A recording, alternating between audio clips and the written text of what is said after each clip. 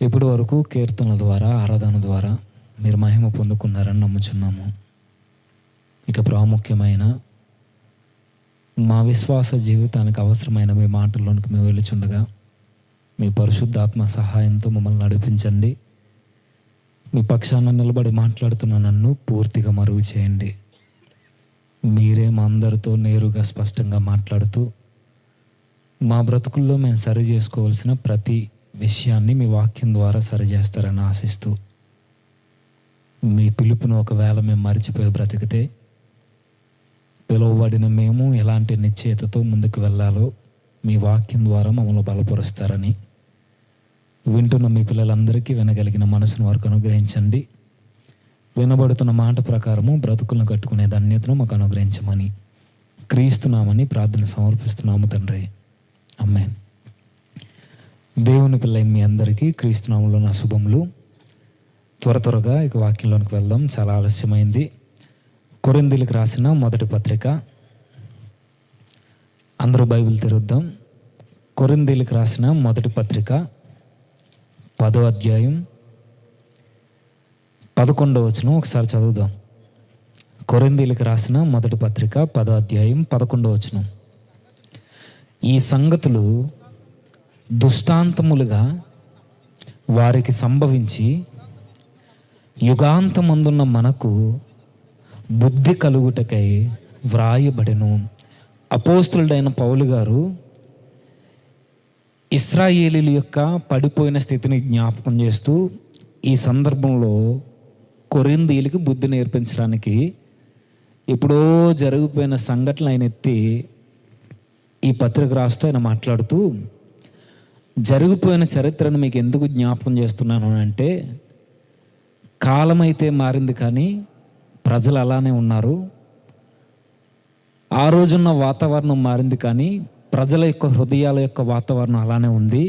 కాబట్టి చరిత్ర గడిచిపోయింది అనుకోవడం కన్నా ఆ చరిత్ర గడిచిపోయిన దానిని ప్రభు ఎందుకు లిఖించాడు అని అంటే, ఈ కాలం ముందున్న మీకు బుద్ధి కలిగించడానికి అని ఆ రోజు కొరింథీయులకి పత్రిక రాస్తూ, మరి ఇప్పుడు కూడా గతించిపోయిన చరిత్రను బట్టి మనతో పాఠాలు ఏమైనా నేర్పిస్తాడనంటే, మీరు బండగా గుర్తుంచుకోండి, కాలం అయితే గడుస్తూ ముందుకొచ్చింది, చరిత్ర అయితే మారుతూ వచ్చింది, వాతావరణం, సంస్కృతి, నాగరికత అక్కడక్కడ మారుతూ వచ్చింది. కానీ ప్రజల యొక్క హృదయము ఆదికాండం ప్రారంభాధ్యాయుల్లో ఆదాము అవ్వలకి ఎలా ఉందో ఈ రోజున్న ప్రజల హృదయము అలానే ఉంది. కాబట్టి ఎప్పుడైనా మనం చరిత్రలో మనం కొన్ని సంఘటనలు చూస్తున్నప్పుడు ఆ చరిత్ర ద్వారా దేవుడు మనకి ఇది బుద్ధి కలిగించే పాఠాలను నేర్పించడానికి గ్రంథంలో లిఖించాడని మర్చిపోవద్దు. అలాంటి ఒక చరిత్రలోనికి మనం వెళ్ళబోతున్నాం, జాగ్రత్తగా విందాం. నిజానికి ఎన్ని ఏండ్లైనా సరే ఆ చరిత్ర ద్వారా దేవుడు మాట్లాడతాడంటే ఖచ్చితంగా మాట్లాడతాడు. విషయం ఏంటంటే, వందల సంవత్సరాలు, వేల సంవత్సరాలు కాలం మాత్రమే గడుస్తుంది, పరిస్థితులు ఇప్పుడు అలానే ఉంటాయి.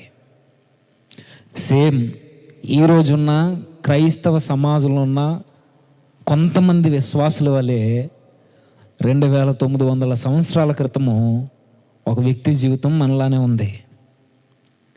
అతడు ఎవరు అని అంటే మనందరికీ తెలిసిన వ్యక్తే.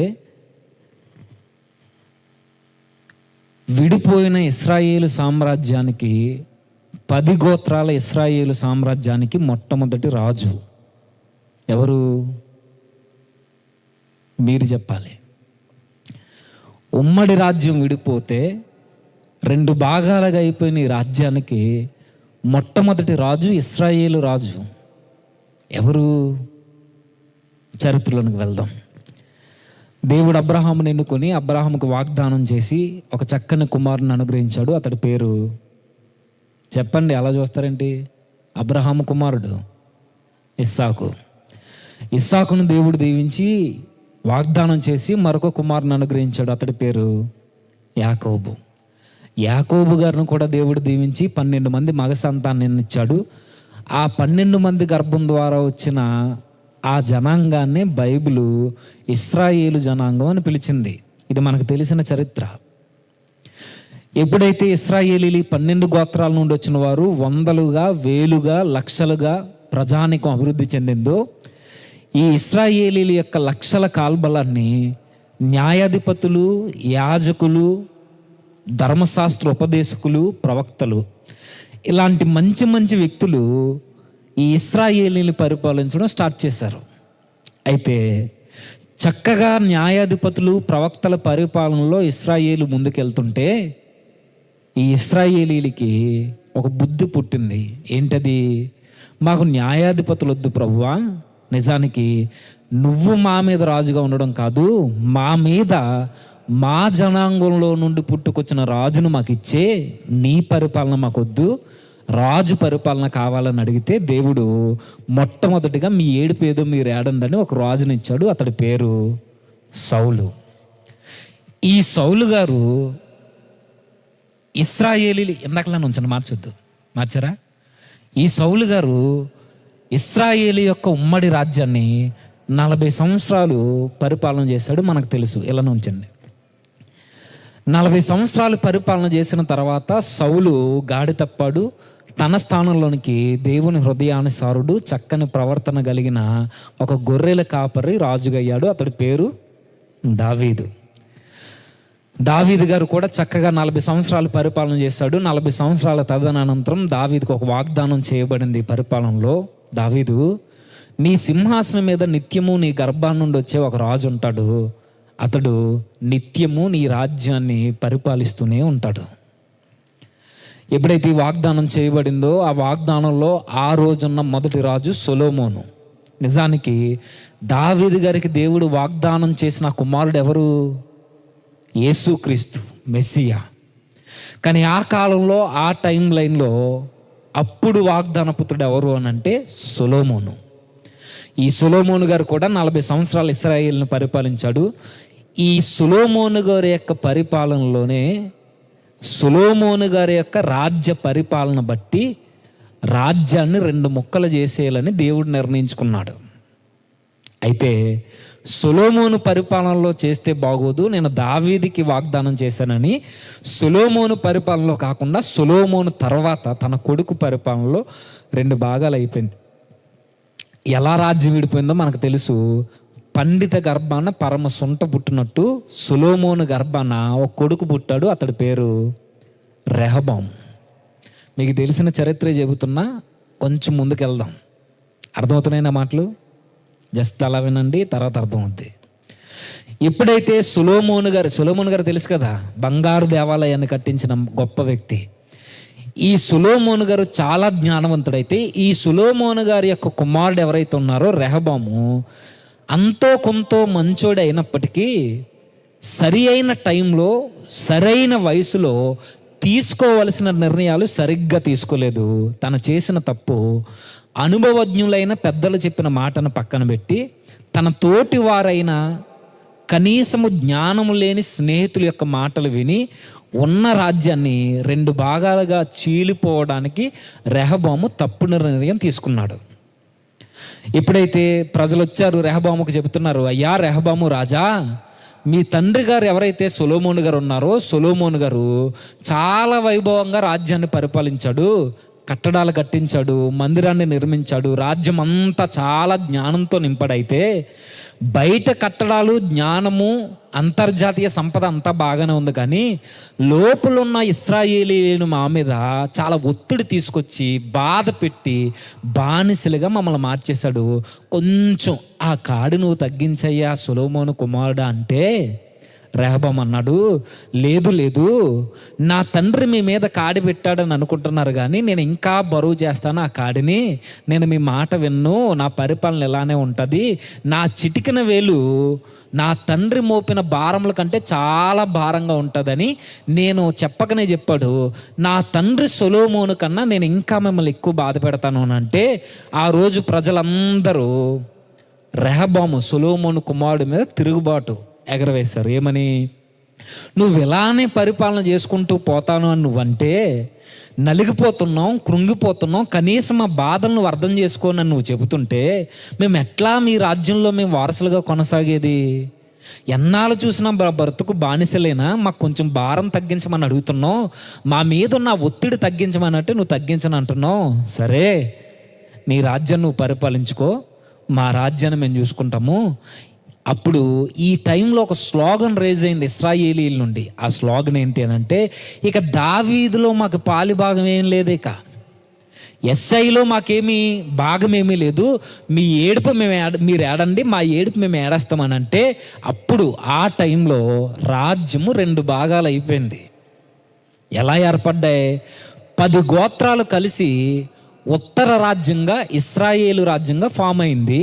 2 గోత్రాలు ఈ రెహబాము, సొలొమోను గారి యొక్క కుమారుడైన రెహబాము అండర్లో ఉండిపోయి ఆ 2 గోత్రాలు యోధా గోత్రము, బెన్యామీను గోత్రము. ఇక్కడ వరకు చరిత్ర మనకు తెలుసు.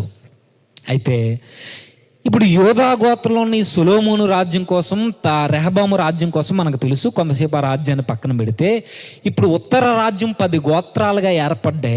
ఈ 10 గోత్రాలను పరిపాలించే రాజు ఎవరు? ఆ రాజే ఈరోజు మనతో మాట్లాడే వ్యక్తి.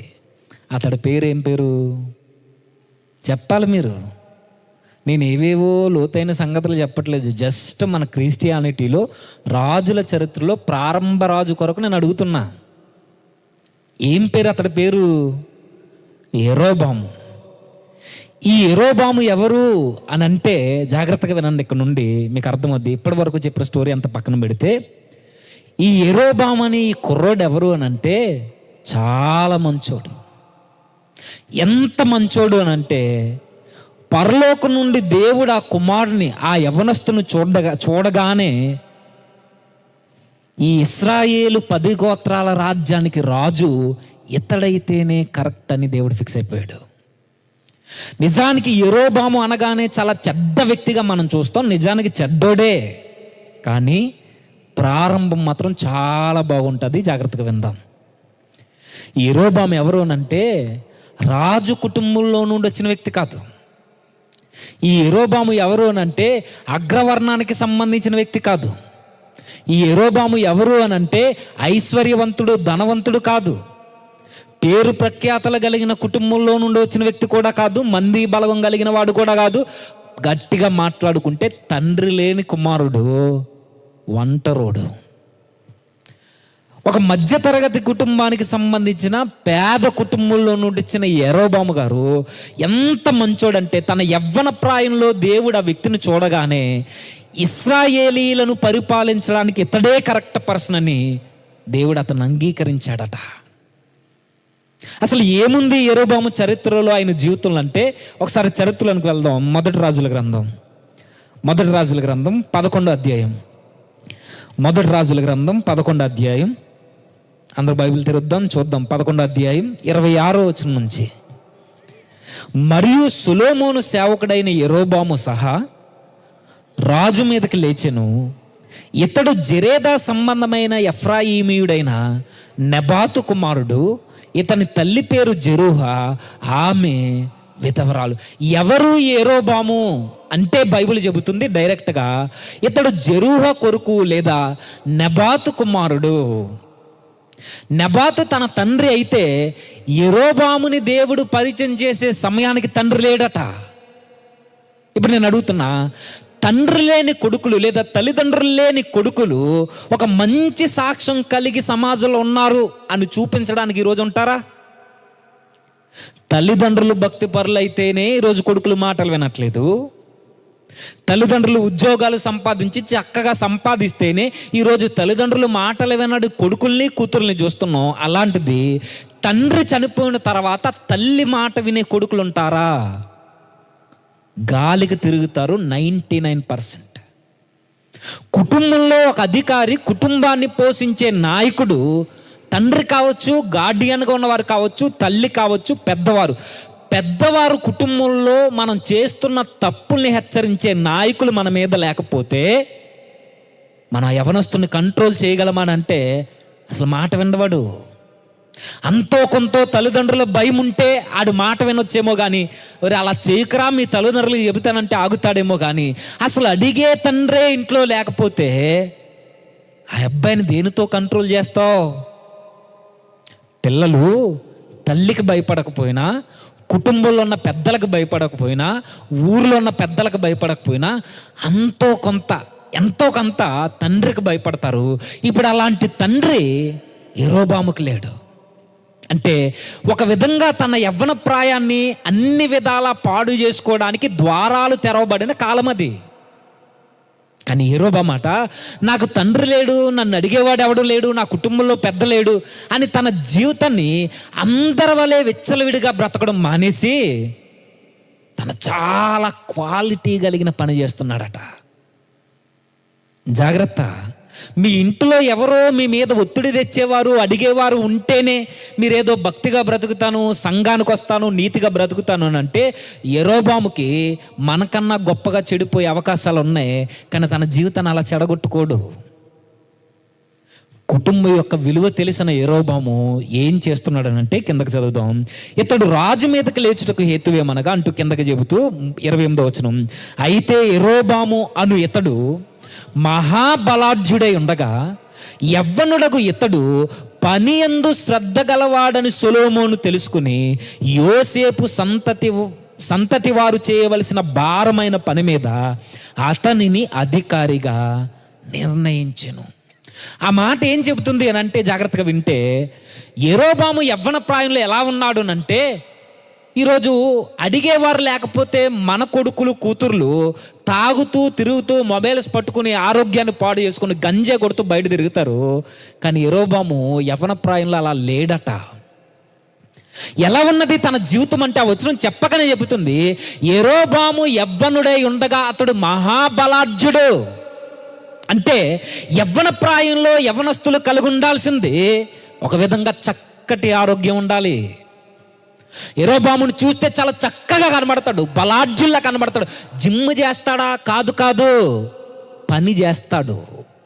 ఒళ్ళొంచి కష్టపడేవాడు బలం కలిగి ఉంటాడంటే, యెరోబామును చూడు, తండ్రి లేని కొడుకు, పేద కుటుంబంలో నుండి వచ్చిన వ్యక్తి, అడిగేవాడు ఎవడో లేనప్పుడు ఉన్న ఆరోగ్యాన్ని పాడు చేసుకోవడం మానేసి, కుర్రోళ్ళతో కలిసి తిరగడం మానేసి, తన ఆరోగ్యాన్ని కాపాడుకుంటూ తల్లిని చక్కగా చూసుకోవడానికంటే ఆ రోజు అతడు చేస్తున్న పని, అతడు ఏ పని అయితే చేస్తున్నా ఆ పని మీద శ్రద్ధ కలిగి ఉన్నాడట. ఈరోజు ఇంటిలో పరిస్థితులు బాగుపోతే కష్టపడే కూతుర్లు కొడుకులు ఉన్నారంటే ఉన్నారా? తండ్రి రెక్కల ముక్కలు కష్టం చేసుకుని 10 రూపాయలు తీసుకొస్తే ఆ 10 రూపాయల యొక్క విలువ తెలియక బయట ఫ్లెక్స్లు కట్టే కొడుకులు ఉన్నారు ఈరోజు ఎలాంటి కొడుకులు, కనీసం కుటుంబం అవసరంలో ఉంది, అప్పుల బాధలో ఉంది, శ్రమల్లో ఉంది, ఆరోగ్యం బాగాలేదు నా తండ్రికి నా తల్లికి, వారి కొరకు కొంత ధనాన్ని నేను దాయాలని యవ్వన ప్రాయంలో కలిగి ఉన్న బలాన్ని బట్టి కష్టపడే మనస్తత్వం ఈరోజు యవనస్తులకు ఉందా అంటే చాలా తక్కువ. పోనీ కష్టపడతారు, పనిలోకి పోతారని అంటే ఆడి కష్టపడి ఆడికే సరిపోవు. ఇంటికి రూపాయి ఇవ్వు, 500 కష్టపడతావు, 1000 కష్టపడతావు, ఇంటికి 100 రూపాయలు ఇవ్వు, కష్టపడి ఏం సుఖం. కానీ యెరోబాము చూడు, ఒక పక్క తన ఆరోగ్యాన్ని వ్యసనాల చేత పాడు చేసుకోకుండా యవ్వనస్తుడు ఎలా ఉండాలో అలా బలము కలిగి ఉండి తన ఆరోగ్యాన్ని కాపాడుకుంటూ కుటుంబ అవసరతలు ఎరిగిన వ్యక్తి, తన తల్లిదండ్రుల పట్ల గౌరవం కలిగిన వ్యక్తి, ఒకవేళ తండ్రి చనిపోతే తల్లిని పట్టించుకొని కొడుకులు బ్రతుకుతున్న ఆ కాలంలో నా తల్లి కొరకు నేను నిలబడాలని తన యవ్వన ప్రాయాన్ని పణంగా పెట్టి కష్టపడుతున్నాడట. అలా ఇలా కష్టపడట్లేదు, ఒక నైపుణ్యత, క్వాలిటీ వర్క్ చేస్తున్నాడట.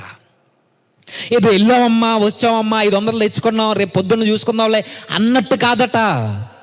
భవిష్యత్తును కట్టుకోవాలి, ఆరోగ్యాన్ని కాపాడుకోవాలి, కుటుంబాన్ని బాగా చూసుకోవాలి, తల్లికి మంచి స్థితిని అనుగ్రహించాలి, నాకంటూ ఒక చక్కని పేరుండాలని యెరోబాము అనే ఒక పేద కుటుంబంలో వచ్చిన తండ్రి లేని కుమారుడు కష్టపడుతున్నాడట.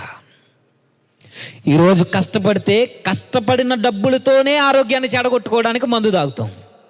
ఈరోజు కష్టపడితే పెద్దోళ్ళైనా చిన్నోళ్ళైనా కష్టపడిన డబ్బులతోనే ఆ ఉన్న ఆరోగ్యాన్ని కాపాడుకోలేక ఉన్న ఆరోగ్యాన్ని ఎలా నాశనం చేసుకోవాలని పొద్దంతా కష్టపడి వచ్చాడట పెద్ద ఆయన.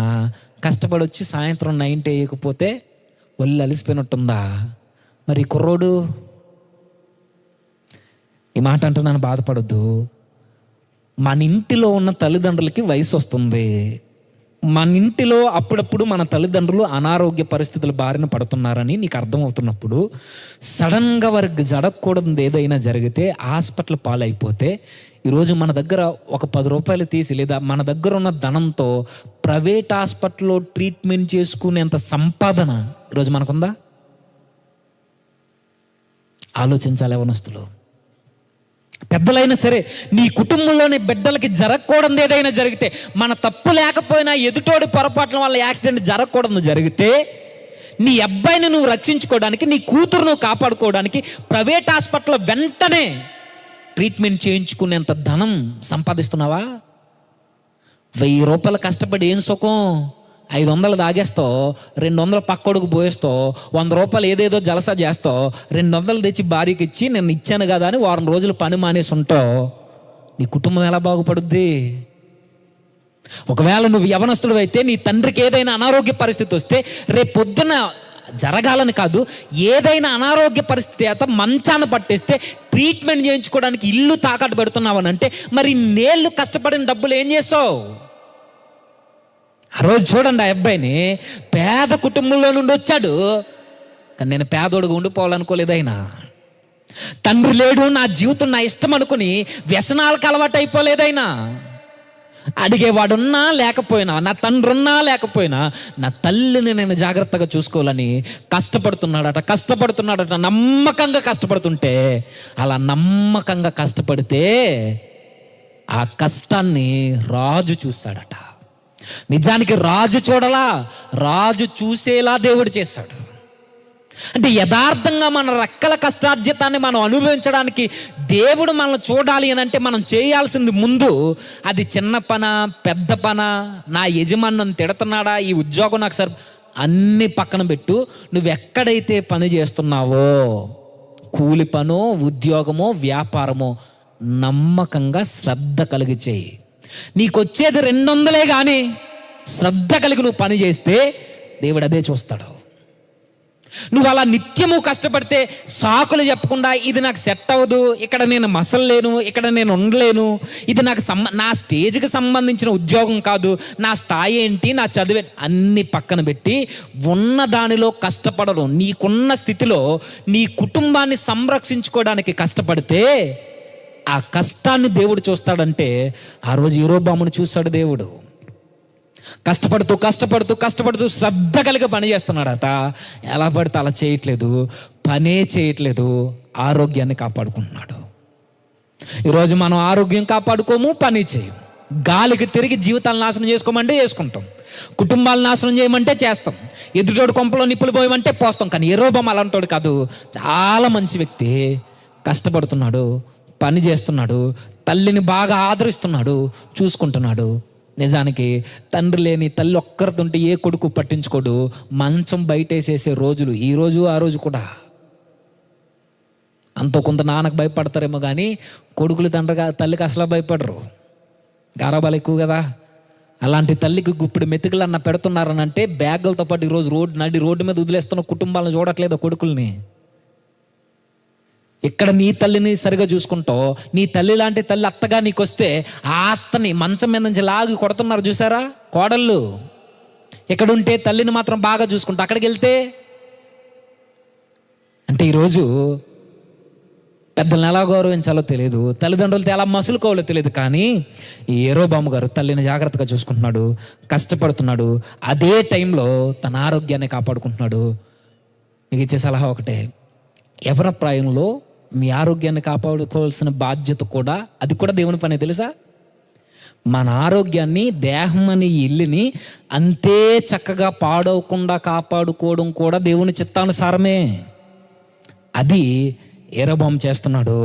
ఇలా చేస్తూ ఉన్నప్పుడట సొలొమోను చూశాడట. చూసిన తర్వాత అతను ఏం చేశాడు, ఇతడు పని యందు శ్రద్ధ గలవాడని సొలొమోను తెలుసుకుని యోసేపు సంతతి వారు చేయవలసిన భారమైన పని మీద అతనిని అధికారిగా నిర్ణయించాను. ఎప్పుడైతే యెరోబాము శ్రద్ధగా పని చేస్తున్నాడో, ఎవరి మీద నిందలు మోపకుండా, నాకు ఎందుకు ఎలా చేసావు ప్రభు అని దేవుని కూడా నిందించకుండా, నా తండ్రిని ఎందుకు తీసుకుపోయావని ఏమీ అనకుండా కష్టపడి తల్లిని బాగా చూసుకుంటున్నాడో, ఆరోగ్యాన్ని బాగా చూసుకుంటూ కష్టపడుతున్నాడో, ఈ వ్యక్తిని దేవుడు తీసుకెళ్ళి అధికారం చేశాడట.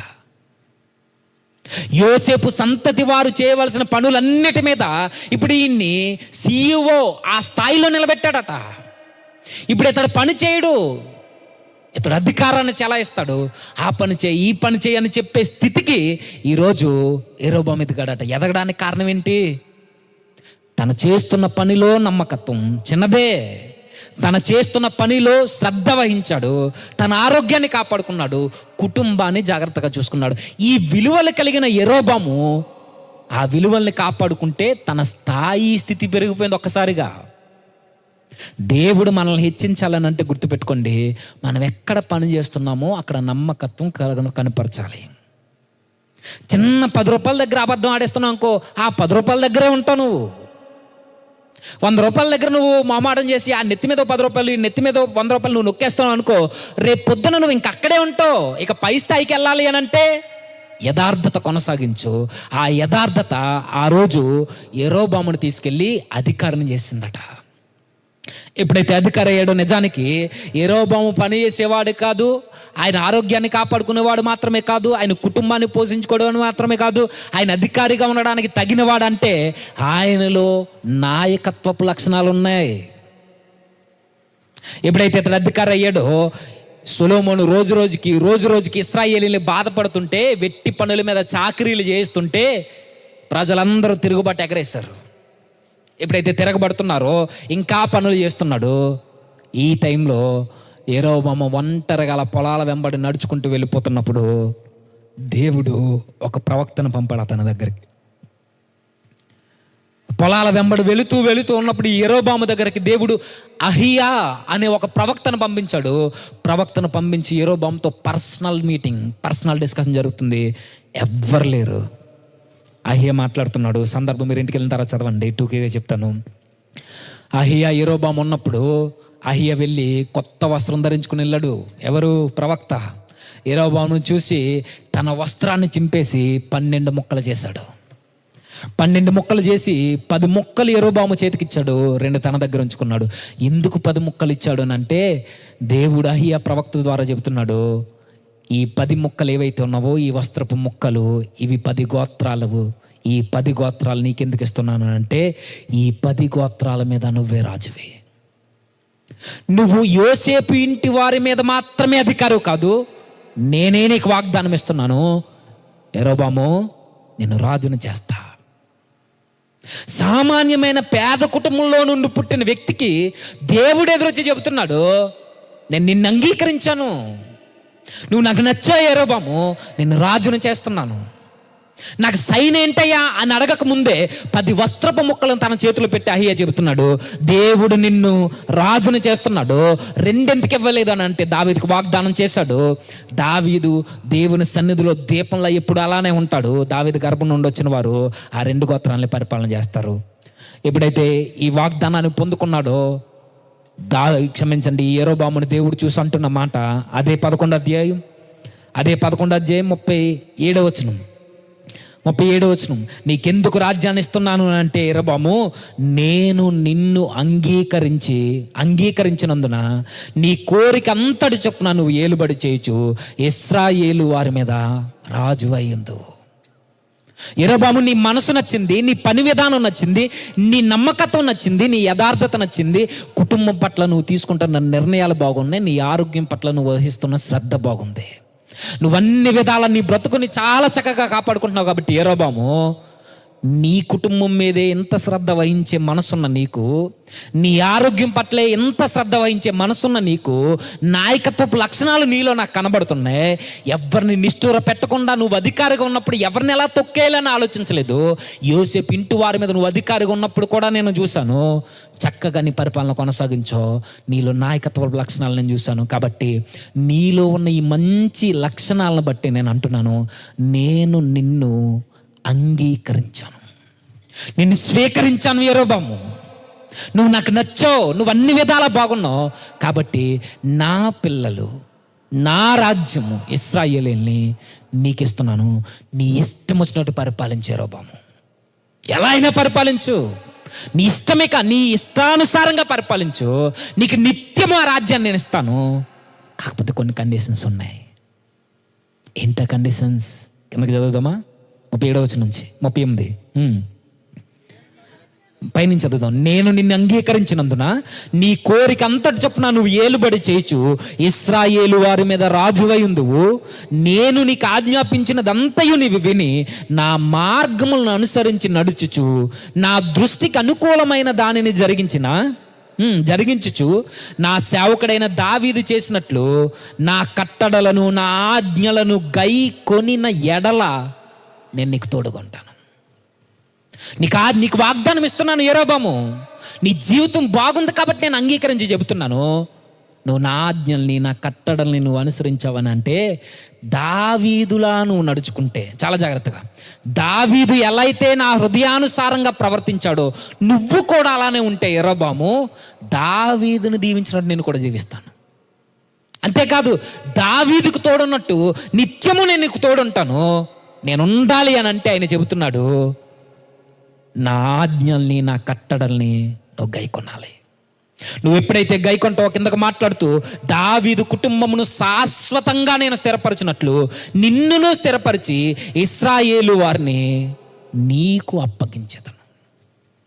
దావీదుని ఎలా అయితే ప్రేమించి హెచ్చించానో, దావీదుకి వాగ్దానం చేశాను నిత్యము నీ సింహాసనం ఉంటుందని, సంతానాన్ని హెచ్చిస్తానని వాగ్దానం చేశానే, అలాంటి వాగ్దానమే నీకు చేయాలంటే యెరొబాము గుర్తుంచుకో, నా కట్టడలను అనుసరించు, నా మాట విను.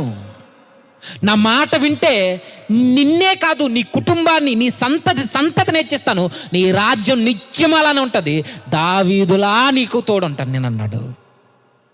లేదు నేను చేయనంటావా? 39వ వచనంలో, వారి చేసిన క్రియలను బట్టి నేను దావీదు సంతతి వారిని బాధపరచుదును కానీ నిత్యం బాధించును. జరిగిన దానిని విని సొలొమోను యెరొబామును చంపచూడగంటూ పై వచనాల్లో మాట్లాడుతూ అంటాడైనా, సొలొమోను సరిగా లేడు కాబట్టే నీకు ఈ రాజ్యాన్ని ఇవ్వాలనుకుంటున్నాను.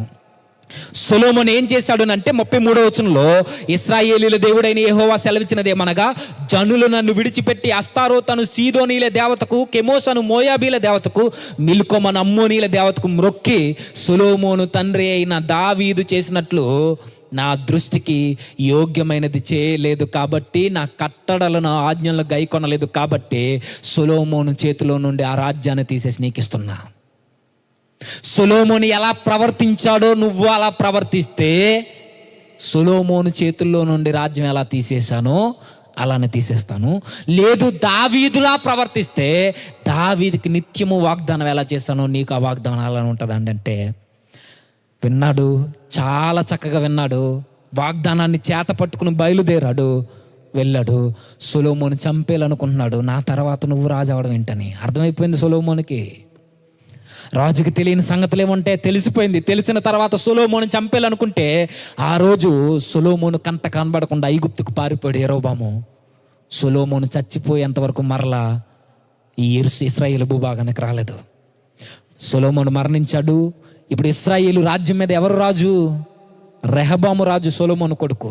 ఎప్పుడైతే రెహబాము రాజు అయ్యాడో, రెహబాము దగ్గరికి పెద్దలు రావడం, ఇదంతా మీకు చెప్పాను, రావడం, అందరూ అడగడం, నేను ఒప్పుకొని అనడం, రాజ్యం ఇలా ఉన్నప్పుడు ప్రజల పక్షాన, ప్రజలందరి పక్షాన వాయిస్ వినిపించడానికి ఇప్పుడు యెరొబాము ఐగుప్తు నుండి వచ్చి తెర మీద కనబడతాడు. అంటే యెరొబాములో నాయకత్వపు లక్షణాలు ఉన్నాయి. ఇంకా రాజు అవ్వలేదు యెరొబాము. వచ్చాడు, ప్రజల పక్షాన నిలబడ్డాడు, తన వాయిస్ని వినిపిస్తున్నాడు. రాజా, నువ్వు ఇలా చేస్తానంటే ఎలా కుదరదు, మాకు ఎందుకు మమ్మల్ని ఇంత బాధ పెడుతున్నాను వాయిస్ వినిపిస్తే, మీరేం చేసుకుంటారో చేసుకోండి అనేసరికి ఆ రోజు కొత్త స్లోగన్ పుట్టుకొచ్చింది, మీ రాజ్యం మీది, మా రాజ్యం మారి, ఇశ్రాయేలు వారా మీరు పురాలకు పొండి, మీ గుడారాలకు పొండి, యోధారారా మీరు రెహబాము కిందే ఉండారు, మీరు దావీదు సంతతి కదా, మాకేం పాలు లేదు, ఎవరి పరిపాలన వారు చేసుకుందాం అనుకుని రాజ్యం విడిపోయింది. ఈ రాజ్యం విడిపోయిన తర్వాత ఈ 10 గోత్రాలు ఉన్నాయే, ఈ 10 గోత్రాల మీద అధికారిగా ఇప్పుడు దేవుడు ఒక రాజుని నిలబెడుతున్నాడు. అతడే యెరొబాము. కొంచెం సౌండ్ పెట్టానది. ఇప్పుడు రాజుని నిలబెడుతున్నాడు. ఆ రాజు ఎవరు? యెరొబాము. యెరొబాముని ఎందుకు ఎన్నుకున్నాడు అంటే, ఇప్పటి వరకు చెప్పాను, అతనిలో నాయకత్వపు లక్షణాలు ఉన్నాయి, కష్టపడే స్వభావం ఉంది, నమ్మకత్వమైన పని కలిగిన వాడు, కుటుంబాన్ని పోషించుకోగలిగిన వాడు, యవ్వన ప్రాయంలో తన స్థితిగతుల్ని, ఆరోగ్యాన్ని కాపాడుకునే వ్యక్తి అయితే, ఆ వ్యక్తిని ఇప్పుడు రాజుని చేసేసాడు దేవుడు. ఇశ్రాయేలీలందరూ వచ్చారు, మాకు నువ్వే రాజుగా ఉండాలయ్యా యెరోబాము అన్నారు. ఇది ఇశ్రాయేలు చిత్తం కాదు, ఇశ్రాయేలీల దేవుడైన యెహోవా చిత్తము. ఇప్పుడు రాజు అయిపోయాడు ఇశ్రాయేలీల మీద. ఇక్కడ వరకు యెరోబాము జీవితం చాలా బాగుంటుంది. ఇక నుండి యెరోబాము జీవితంలో phase 2 స్టార్ట్ అయింది. రాజు కానంత వరకు తన లైఫ్ స్టైల్ ఒకటి, ఇప్పుడు రాజు అయిపోయాడు, సింహాసనం ఎక్కాడు, పరిపాలన కొనసాగుతుంది, ఇష్టానుసారంగా పరిపాలిస్తున్నాడు. దేవుడు తనకు తోడున్నాడంటే ఉండే వాగ్దానం నెరవేర్చాడు. తన వాగ్దానపు నెరవేర్పు చూస్తూ ఉండగానే రాజ్యం మీద రాజు అయిపోయాడు. రాజు అయిపోయిన తర్వాత తనకు ఒక భయం పుట్టింది. కొంచెం చరిత్ర జాగ్రత్తగా వినండి, మీరు అర్థం చేసుకోగలరనే నేను ఈ మాటలు చెప్తున్నాను. అర్థమవుతున్నాయి కదా. ఉత్తర రాజ్యం 10 గోత్రాలకి రాజు యెరోబాము అయితే, ఇప్పుడు దక్షిణ రాజ్యం యోధా రాజ్యం ఉంది కదా, ఈ యోధా రాజ్యానికి రాజు ఎవరు? రెహబాము. రెహబాము ఎవరు? సొలొమోను గారి అబ్బాయి. ఈ రెహబాము యోధా రాజ్యాన్ని పరిపాలిస్తుంటే, ఈ యోధా రాజ్యం ఏదైతే ఉందో, ఈ యోధా రాజ్యం యొక్క క్యాపిటల్, రాజధాని ఏదేనంటే యెరూషలేము. ఈ యెరూషలేములో ఏముంది? దేవుని మందిరం ఉంది. సొలొమోను కట్టించారు కదా సొలొమోను గారు, బంగారు దేవాలయం. ఆ బంగారు దేవాలయం యోధా రాజ్యమైన యెరూషలేము రాజధాని అయిన ఈ యెరూషలేములో ఉంది. ఇప్పుడు పండగ జరిగింది అనుకోండి, ఇశ్రాయేలీలు అందరూ ఎక్కడికి రావాలి? ఎక్కడికి? యోధా దేశం రావాలి, యోధా రాజ్యానికి రావాలి. ఎవరు? పైనున్న 10 గోత్రాలు ఇశ్రాయేలీలైనా, కిందనున్న 2 గోత్రాల ప్రజలైనా ఎక్కడికి రావాలి? ఇశ్రాయేలు క్షమించండి, యెరూషలేములో ఉన్న ఈ దేవాలయానికి రావాలి. మొక్కుబళ్ళు అక్కడే చెల్లించాలి, బలులు అక్కడే జరగాలి, ఆరాధన అక్కడే జరగాలి, పండగలు అక్కడే జరగాలి, ధూపవేదిక అక్కడే జరగాలి, ప్రతిదీ అక్కడే జరగాలి. ఎందుకనంటే దేవుని యొక్క మహిమ నిండిన ప్రాంతము ఈ యెరూషలేము భూభాగంలో ఉన్న సొలొమోను దేవాలయం. అక్కడే మందసం ఉంది, అక్కడే గుడారం ఉంది, అక్కడే దేవుని వెలుగు ప్రత్యక్షమవుతుంది. ఇక్కడే ఉంటే ఇప్పుడు 10 గోత్రాలకు రాజు అయిపోయిన యెరోబాముకి ఒక భయం పుట్టుకుంది. అతడు రాజు అయిపోయిన తర్వాత పెద్ద పెద్ద పట్టణాలు కట్టిస్తున్నాడు. 25వ వచనంలో 12వ అధ్యాయం 25వ వచనం, 12వ అధ్యాయం 25వ వచనం, మొదటి రాజుల గ్రంథం. తరువాత యెరోబాము ఎఫ్రాయిము మన్యమందు షెకెమను పట్టణమును కట్టించి అచ్చటి నుండి బయలుదేరి పెనూయేలును కట్టించెను. ఈ జనులు యెరూషలేమునందున్న యెహోవా మందిరమందు బలులు అర్పించుటకు ఎక్కుచూ పోవచ్చు ఉండిన ఎడల ఈ జనుల హృదయము యోధా రాజైన యెరోబాము అను తన యజమానిని తట్టు తిరుగును. అప్పుడు వారు నన్ను చంపి యోధా రాజైన రెహబామునద్దకు మరలా చేరుదురు, రాజ్యము మరలా దావీదు సంతతి వారు దగుదును అని యెరోబాము తన హృదయమందు తలంచి ఆలోచన చేసి 2 బంగారు దూడలను చేయించి జనులను పిలిచి, యెరూషలేమునకు పోవుట మీకు బహు కష్టము. ఇశ్రాయేలు వారులారా, ఐగుప్తు దేశంలోనున్న మిమ్మల్ని రప్పించిన నీ దేవుడు ఇవే అని మీరు సందర్భం ఇంటికి వెళ్ళిన తర్వాత చదవండి. ఆయన అనుకుంటున్నాడట, పట్టణాలను కట్టిస్తున్నాడు, రాజు అయిపోయాడు కదా. ఎఫ్రాయిము మన్యమందు షెకెమను పట్టణాన్ని కట్టించాడు, అక్కడ కాపురం ఉండి అక్కడ నుండి బయలుదేరి పెనూయేలుని కట్టించాడట. ఇలా పట్టణాలను కట్టించుకుంటూ డెవలప్మెంట్ కార్యక్రమాలు అన్నీ చేసుకుంటూ వస్తున్నాడు. చేస్తూ వస్తున్నప్పుడు తనకు ఒక భయం పుట్టుకుందట. ఏంటి భయం అంటే, ఇశ్రాయేలీల మీద 10 గోత్రాల మీద ఇప్పుడు నేను అధికారిని, దేవుడు వాగ్దానం చేసినట్టు నేను రాజుని అయిపోయాను. అయితే ఇశ్రాయేలీలు ఒకవేళ పండగ జరిగిందనుకో యోధా దేశానికి వెళ్ళాలి. జనులు యెరూషలేము భూభాగానికి వెళ్తూ వస్తూ ఉన్నారనుకో, ఈ జనుల హృదయం ఎక్కడైతే మారిపోద్దేమో. నిజమే కదా, మంచి ఆలోచనే. రెహబాం దగ్గరికి వెళ్తారు, యూదుల దగ్గరికి వెళ్తారు, డిస్కషన్లు జరుగుతాయి. ఎంత కాదనుకున్న బంధురేకం, దగ్గరోళ్ళు, చుట్టాలు మాట్లాడుకుంటారు. ఎందుకు అందరూ కలిసి ఉందామని అనుకుంటారేమో. ఎందుకు వచ్చిన గొడవ? అక్కడికి వెళ్ళి ఇలా మారిపోవడం కన్నా నేనే ప్రత్యేకంగా ఒక బలిపీఠం కట్టితే ఏమైపోద్ది? స్టార్ట్ అయింది పతనం. జాగ్రత్తగా విందాం.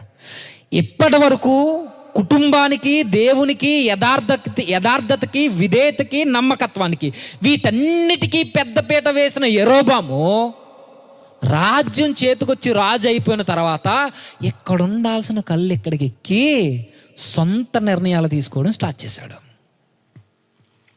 ఏంటా సొంత నిర్ణయాలంటే, ప్రజలు యెరూషలేముకి వెళ్తే మరలా వారి పక్షం చేరిపోయి తిరిగి వచ్చి నా మీద తిరగబడి నన్ను ఎక్కడైతే చంపేస్తారేమో. నిజానికి రావచ్చంటే ఆలోచన రావచ్చు. ఏ విధంగా? రెహబాం మీదే తిరగబడిన వాళ్ళు నా మీద తిరగబడరా, సొలొమోను గారి మీదే తిరగబడిన వాళ్ళు నా మీద తిరగబడతారు. అయితే రెహబాముకి లేనిది, సొలొమోనుకి లేనిది నా దగ్గర ఉందని తను ఆలోచించలేకపోయాడు. ఏంటది? దేవుని వాగ్దానం. దేవుడు చెప్పాడు, నువ్వు నా కట్టడలను అనుసరిస్తే, నా ఆజ్ఞానుసారంగా నువ్వు నడిస్తే, నా మాట నువ్వు వింటే నీ రాజ్యం నిత్యము స్థిరంగా ఉంటుంది, నీ సంతతి శాశ్వతంగా నేను ఆశీర్వదిస్తాను, నీ రాజ్యాన్ని శాశ్వతంగా స్థిరపరుస్తాననే వాగ్దానం యెరోబాముకుంటే, వాగ్దానాన్ని పక్కన పెట్టి హృదయంలో వస్తున్న ఆలోచనలకి పెద్ద పెట్టేశాడు. ఏమవడం అంటే, అప్పటి వరకు జనులు యెరూషలేముకి వెళ్తుంటే, మీరు అలా వెళ్ళొద్దు, మీరు ఏం చేస్తారంటే, నేను 2 బంగారు దూడలను చేయిస్తాను, 2 బంగారు దూడలను చేయిస్తానని చెప్పినట్టుగానే 2 బంగారపు దూడలను, అందమైన దూడలను చేయించాడు. ఒకటి బేతేలు నందు పెట్టాడట, ఒకటి దానులో పెట్టాడట. చరిత్ర ఆలోచించండి. యెరోబాము మైండ్ సెట్ ఎంత క్రూరంగా మారిపోయిందంటే, దాను ఉందే, ఈ దాను ప్రాంతం ఎక్కడ ఉంటుంది తెలుసా? యెరూషలేముకి బార్డర్ ప్లేస్. 2 బంగారు దూడలను చేయించి, ఉత్తర రాజ్యం 10 గోత్రాలుంటే పైన బేతేలు ప్రాంతంలో ఒక విగ్రహాన్ని పెట్టాడు. రెండోది, యెరూషలేముకి భూభాగానికి దగ్గరగా ఉన్న జనులు ఎక్కడైతే యెరూషలేముకి వెళ్ళిపోతారేమో అని యెరూషలేముకి బార్డర్ ప్లేస్లో పెట్టాడట. బెత్లెహేము, ఎఫ్రాతా ప్రాంతాలు ఉన్నాయి కదా, ఎఫ్రాయిము, బెత్లెహేము, ఈ ప్రాంతాలకి బార్డర్లో జస్ట్ ఒక 20 km వెళ్తే యెరూషలేం మందిరం ఉంటుంది. ఆ బార్డర్లో పెట్టేశాడు ఈ బంగారు దొన్ని. అంటే తన మైండ్ ఎలా ఉంది అని అంటే, నా సింహాసనం కొరకు, నా సంరక్షణ కొరకు, నా భవిష్యత్ ఫ్యూచర్ కొరకు అవసరమైతే దేవుని యొక్క మహిమని మార్చేస్తాను. దేవుని మహిమ యెరూషలేములో ఉండి అక్కడ పండగ జరగాల్సింది, ఇప్పుడు దేవునికి ఆరాధన జరగాల్సిన ప్రాంతాలను ఎక్కడికి తీసుకొచ్చాడు? బేతేలు ప్రాంతానికి, దాను ప్రాంతానికి. పైగా ఎంత దుర్మార్గమైన చర్య అంటే, దేవుడు చెప్పాడు, 10 ఆజ్ఞల్లో ముందే చెప్పాడు, మీరు దేన్ని పూజించకూడదు. అది ఆకాశంలో కనిపించేదా, భూమి కింద ఉండేదా, నేలలో ఉండేదా, చతుష్పాద జంతువుల రూపమా, మనుషుల రూపమా, ఏ రూపాన్ని మీరు పెట్టకూడదని దేవుడు చెబితే, ఇప్పుడు దోణ చేయించి ఇతను అన్నాడట, ఐగుప్తులో నుండి మీ పితరులను ఎవరు బయటికి తీసుకొచ్చారో తెలుసా ఇశ్రాయేలీయులారా? ఈ దూడ ఎవరో కాదు. మీరు ప్రతిసారి యెరూషలేముకు పోయి మీరు ఆరాధన జరిగించి, బలులు అర్పించి, కానుకలు అర్పించి, పాటలు పాడారే, ఆ యెహోవా ఎవరో కాదు, ఈ దూడే. ఈ దూడన్న ఆ గాడిదకు బుద్ధి లేదు. ఆ దూడను అనుసరిస్తున్న ఈ ఆంబూతులకి ఏమైంది? ఏం చేశారట? అవునా, మమ్మల్ని రప్పించింది ఈ దేవుళ్ళ. ఎంత దారుణంగా మారిపోయారండి ప్రజలు.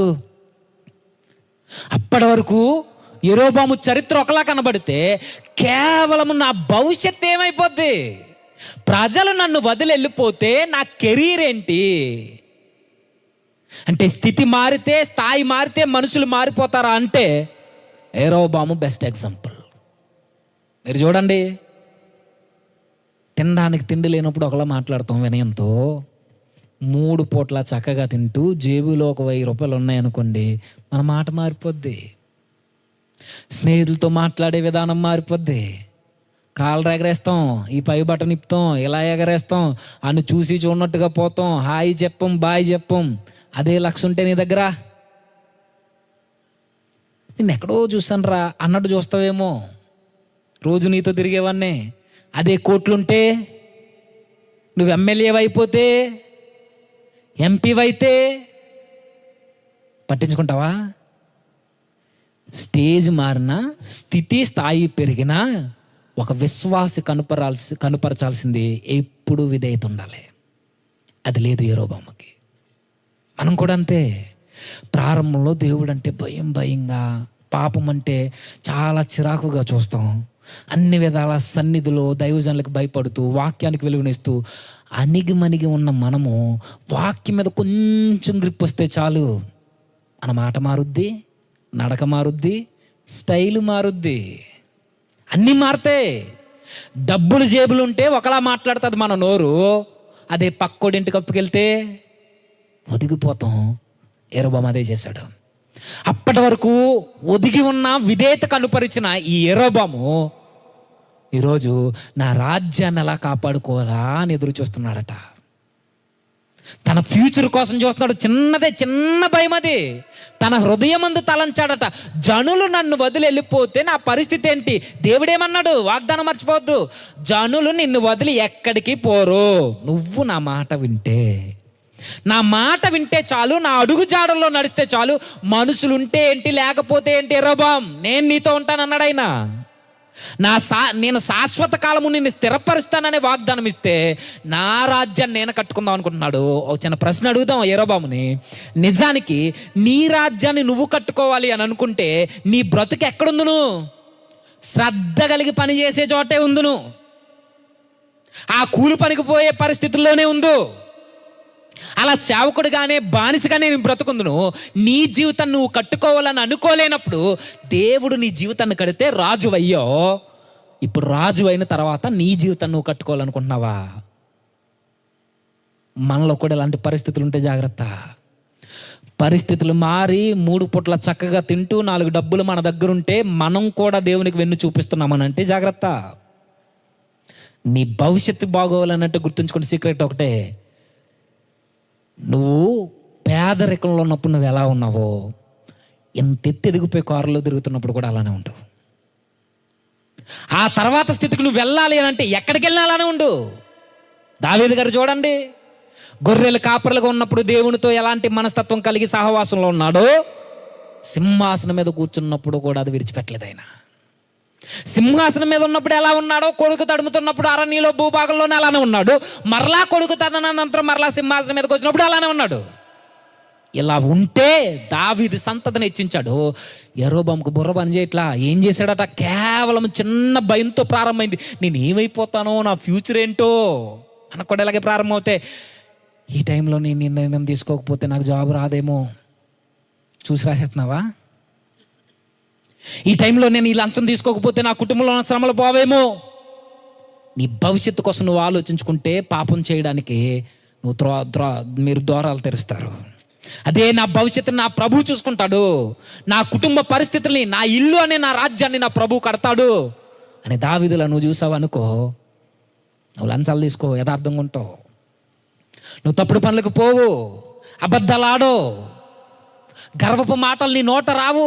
నీ భవిష్యత్తు పట్ల నువ్వు భయంగా నువ్వు నిర్ణయాలు తీసుకోవు. నువ్వు దేవుని మాట వింటే, యెరోబాము అనుకున్నాడా ఎప్పుడైనా రాజు అవుతాడని? యెరోబాము అనుకున్నాడా ఎప్పుడైనా యోసేపు ఇంటి వారి మీద అధికారం అవుతానని? కానీ అలాంటి వ్యక్తిని, పేద కుటుంబంలో ఉన్న వ్యక్తిని దేవుడు అక్కడ నిలబెడితే అక్కడికి వెళ్ళిన తర్వాత నా భవిష్యత్తు అనుకున్నాడట. ఆ రోజు అనుకుని ఏం చేశాడట? జాగ్రత్తగా వినండి. బంగారు దూడలు అంటే దేవునికి రూపాన్ని ఇచ్చాడు, అంటే దేవుని మహిమనే మార్చేశాడు. అంతేకాదు, ఆరాధన స్థలాన్ని దాను ప్రాంతానికి, బేతేలు ప్రాంతానికి తీసుకొచ్చి పడేశాడు. ఆరాధన క్రమాన్ని మార్చాడు. ఎన్ని పొరపాట్లు చేశాడంటే మీరు అధ్యాయం చదవండి. దోలన పెట్టాడు, ఆరాధన స్థలాన్ని మార్చాడు, ఇంకేం చేశాడు? ఆరాధన క్రమాన్ని మార్చేశాడు. ఏంట క్రమం? నిజానికి పాపాలు, మనిషి యొక్క పాపాలు పోవాలి అని అంటే బలి జరగాలి, అవునా? ఈ బలి జరిగే కార్యక్రమం ఎవరు చేయాలి? యాజకులు చేయాలి. లేవీలు యాజకులు చేయాల్సిన ప్లేస్లో లేవీ గోత్రంలో ఉన్న యాజకుల్ని పెట్టడం మానేసి ఎవడెవన్నో తీసుకొచ్చి యాజకుని చేసేసాడట. అంటే ఆరాధన బలి కార్యక్రమాన్ని, ఆరాధన కార్యక్రమాన్ని మార్చేశాడు. భయం ఒకటే, తనకిష్టమైన వారిని కూర్చోబెట్టాడట. తన ఇష్టమేక, మరి దేవుని ఇష్టం లేదు. తన జీవితంలో ఆరాధన కార్యక్రమాన్ని మార్చాడు, బలి ప్రాంతాన్ని మార్చేశాడు, ఆరాధన జరిగించేవాడిని మార్చేశాడు. అంతేకాదు పండగలను కూడా మార్చేశాడు. ఏ పండగ మీరు చదవండి. యూదులు ఉమ్మడి రాజ్యంగా మాట్లాడుకుంటే యెరూషలేము మందిరంలో సుక్కోతు పండగ అని ఒక పండగ జరుగుద్ది. మీరు ఆ లేవియాకాండం 23 33 34 వచనాలు మీరు ఇంటికి వెళ్ళాక చదవండి. సుక్కోతు పండగ జరుగుద్ది. ఆ సుక్కోతు పండగ 7వ నెల 14 లేదా 15 తారీఖుల్లో జరుగుద్ది. ఏ పండగ? సుక్కోతు పండగ 7వ నెలలో జరుగుద్ది. ఎక్కడ? యోధా ప్రాంతంలో, యెరూషలేము భూభాగంలో ఉన్న సొలొమోను మందిరంలో. ఇక్కడ 7వ నెల జరగాల్సిన ఈ పండుగని 8వ నెల 15వ తారీఖు మార్చేశాడు. నేను చెప్పట్లేదు, కిందకి చదవండి. న్యాయంకాల చదువుతారు ఎందుకు? కిందకి చదవండి ఒకసారి. 30 వచనం నుంచి 31. మరియు అతడు ఉన్నత స్థలములను కట్టించి మందిరముగా ఏర్పరిచి లేవీలు కాని సాధారణమైన వారిలో కొందరిని యాజకులుగా నియమించెను. మరియు యెరోబాము యోధా దేశమందు జరుగు ఉత్సవము అంటే పండగ వంటి పండగను 8వ మాసము 19వ దినమందు జరుపున నిర్ణయించి బలిపీఠం మీద బలులు అర్పించుచు వచ్చాను. పండగను మార్చేశాడు, బలి మార్చేశాడు, బలి జరిగించే వ్యక్తులు మార్చేశాడు, ఆరాధన ప్రాంతాన్ని మార్చేశాడు, దేవుని మహిమను మార్చేశాడు, అన్నీ మార్చేసి తను ఏం చేశాడు అని అడిగితే యెరోబాము దేవునికి విరోధంగా పాపాన్ని మూట కట్టాడు. కేవలం చిన్న భయం. ఆ పాయింట్ మర్చిపోవద్దు మీరు. తన హృదయమందు పుట్టిందట ఆలోచన. ఆ పై వచనాల్లో అదే కదా చెప్తున్నాడు. 27వ వచనం, మరలా దావీదు సంతతి వారు యోధా రాజ్యంలో కలిసిపోతారేమో అని యెరోబాము తన హృదయమందు తలంచాడట. అంటే ఇప్పటి వరకు దేవుని మాట విన్న ఈ యెరోబాము ఇప్పుడు తన హృదయం చెప్పిన మాట విన్నాడట. హృదయం మంచి చెప్పుద్దా? వాక్యం చదువుకో, ప్రార్థన చేసుకో, చర్చికి వెళ్ళు అని చెప్పుద్దా? ఇది రోజు వెళ్తున్నావు కదా ఎందుకులే అంటది. ఇది రోజు చదువుతుంది, రోజు చదవకపోతే ఏమన్నా అవుద్దా? రీల్స్ తోడుకుని పడుకో, టైం అయింది కదా అంటది హృదయం. రోజు మోకాలు వేస్తున్నావు, మోకాలు నొప్పి రావట్లేదు నీకు? వయసు మీద పడుతుంది, నడువు నొప్పి రావట్లేదా? రోజు మానే, దేవుడు ఏమనుకోలే అంటది హృదయం. అలాంటి హృదయం మాట విన్నాడట ఎవరు? అయ్యగారు యెరోబాము. దేవుని మాట వినడం మానేశాడు, వాగ్దానాన్ని మర్చిపోయాడు, అహియా ప్రవక్త ఇచ్చిన ప్రవచనాలను మర్చిపోయాడు. తన కళ్ళ ముందే వాగ్దాన నెరవేర్పుని చూసినా, అరే దేవుడు నాకు చెప్పాడు మాట వింటే రాజ్యం నాతో ఉంటుందని, నేనేంటి నా హృదయపు మాట వింటున్నానని కనీసం ఆలోచించకుండా హృదయం ముందు తలంచి చిన్న భయంతో ప్రారంభమైంది. ఎన్ని తప్పులు, తప్పు మీద తప్పు ఇలా చేస్తారంటే మరి చూడండి, మనం ఆడేసిన ఒక్క అబద్ధాన్ని కప్పిపుచ్చడానికి ఎన్ని అబద్ధాలు ఆడతామండి మనం. ఒక్క దొంగ సాక్ష్యాన్ని, ఒక్క అబద్ధాన్ని మనం ఆడేసినప్పుడు అది నీ ఎదురుగా సత్యం వచ్చి నిలబడినప్పుడు నేను అబద్ధం ఆడానని ఒప్పుకుంటున్నామా? లేదంటే ఆ అబద్ధాన్ని కప్పిపుచ్చడానికి అబద్ధం మీద అబద్ధం ఆడుతున్నామా? అబద్ధం మీద అబద్ధం ఆడడం కాదు, అబద్ధాల మీద మేడలు కడుతున్నాం పేకలతో. గుర్తుంచుకో, అవి పేక మేడలు కూలిపోతాయి. నువ్వు నిజాయితీ పరుడు అయితే ఒకవేళ ఆ పరిస్థితుల నుండి తప్పించుకోవడానికి ఆ పరిస్థితుల్లో నువ్వు అబద్ధం ఆడేస్తే సత్యం నీ కళ్ళ ముందుకు వచ్చి నిన్ను హెచ్చరిస్తున్నప్పుడు అబద్ధం చెప్పానని నువ్వు నిజాయితీగా ఒప్పుకోవడం యథార్థత. చేశాడు అనుకుని నిజానికి ఆ రోజు యెరోబాము చేసిన తప్పును వెంటనే సరిదిద్దుకుంటే బాగున్ను. సరిదిద్దుకోలేదట. ఇంకా ఎక్కువ తన రాజ్యాన్ని, తన కుటుంబాన్ని, తన జీవితాన్ని కాపాడుకోవడానికి, తన భవిష్యత్తు కొరకు తను ఎన్ని చేస్తున్నాడంటే వాగ్దానాన్ని మరిచి, విశ్వాసాన్ని పక్కన పెట్టి హృదయం మీద జీవితాన్ని గడుతూ జీవితం అంతా నాశనం చేసుకున్నాడు. ఇంకేం చేశాడో తెలుసా? అప్పటికే లేవీలు కానోల్ని తన ఇష్టానుసారంగా తీసుకొచ్చి లేవీలుగా యాజకులుగా చేస్తే ఇది కూడా సరిపోలేదన్నట్టు పండగ వచ్చినప్పుడట ఈయనే కత్తట్టుకుని బలిపీఠం ఎక్కేసాడట. ఎవరు? యెరోబాము. చేసిందే పనికి మాలిన పని ముందు ఇప్పుడు మళ్ళీ ఏం చేస్తాడట? బలిపీఠం ఎక్కి నేనే యాజకుని అన్నట్టు బలి వేయడానికి రెడీ అయిపోయాడు. దేవుడు మనం తప్పులు చేస్తున్నప్పుడు అవకాశాలు ఇస్తాడంటే ఇస్తాడు. యెరోబాముకు కూడా ఇచ్చాడు. మొదటిసారి చెప్పాడు అహియా ప్రవక్త ద్వారా, నువ్వు సరిగ్గా ఉంటేనే రాజ్యం నీతో ఉంటుంది, లేకపోతే తీసేస్తానన్నాడు. వినలేదు. ఇప్పుడు రెండోసారి చెబుతున్నాడు. ఎప్పుడైతే బలిపీఠ మీదకి ఇక్కడ ఉన్నత స్థలములు కట్టించాడు, నిజానికి మెల్లిమెల్లిగా యెహోవా ఆరాధన పేరట వచ్చిన ఆ దూడలు కాస్త బయలుదేవత ఆరాధన అయిపోయింది. ఇక్కడ ఆరాధన జరిగించడానికి, బలి వేయడానికి యెరోబాము బలిపీఠం ఎక్కితే ఇక దేవుడు తన్ని హెచ్చరించడానికి ఒక ప్రవక్తను పంపించాడు. ఎక్కడి నుండి? యోధా దేశం నుండి పంపించాడు, యెరూషలేము నుండి కాదు. యోధా దేశం నుండి యెరూషలేము భూభాగానికి వచ్చి ఒక ప్రవక్త మాట్లాడతాడు. యెరోబాము, నువ్వు చేస్తుంది ఏంటో నీకు అర్థమవుతుందా? దేవుడు నీకు వాగ్దానం చేశాడు, మర్చిపోయావా? సరే, ఇప్పటివరకు ఏదో ఏడ్చో, ఆరాధన స్థలాన్ని మార్చో, బలి కార్యక్రమాన్ని మార్చో, పండగలు మార్చేసో, దేవుని యొక్క మందిరాన్నే ఈ మందిరం అని చెప్పో, దేవుని మహిమనే దూడలకు ఆపాదించో, ఇన్ని చేస్తావు. సరే, ఇప్పుడైనా చెబుతున్నాను, మార్చుకో. ఇప్పుడైనా చెబుతున్నాను, వింటే విను. లేదు నేను విన్నో ఇలానే జరిగిస్తానంటావా? దేవుని పక్షాన్ని నిలబడి చెబుతున్నాను, నీ రాజ్యం కుప్ప కూలిపోద్ది. ఏ దేవుడైతే నిత్యము నీకు తోడుంటానని వాగ్దానం చేశాడో ఆ దేవునికే నువ్వు వెన్ను చూపిస్తూ శత్రుత్వాన్ని కడుతున్నావు, ఆయన మీదకే కత్తేసుకుని పోతున్నావు, ఆయనకే శత్రువుగా నువ్వు రెడీ అయ్యావు. కాబట్టి దేవుడే చెప్పమన్నాడు, నువ్వు వింటే సరే, నువ్వు విన్నంటున్నావు. కాబట్టి నువ్వు చూస్తూ ఉండగానే నీకు ఒక సూచన ఇస్తున్నాను, నీ రాజ్యం నీ చేతుల్లో నుండి దేవుడు తీసేస్తాడు. నీ రాజ్యాన్ని ఉండనివ్వడానికి దేవుడు మార్చుకుంటే వెరీ గుడ్, మార్చుకోకపోతే తీసేస్తాడు. మీరు ఇంటికి వెళ్ళక చదవండి, ఇదే సారం. తీసేస్తాడు అనడానికి సూచన ఏంటో చెప్పనా? దేవుడు ఒక వ్యక్తిని పుట్టించబోతున్నాడు భవిష్యత్తులో. అతను ఎవరో మీకు తెలుసు, యోసియా. మీరు తర్వాత రాజుల చరిత్ర చదవండి.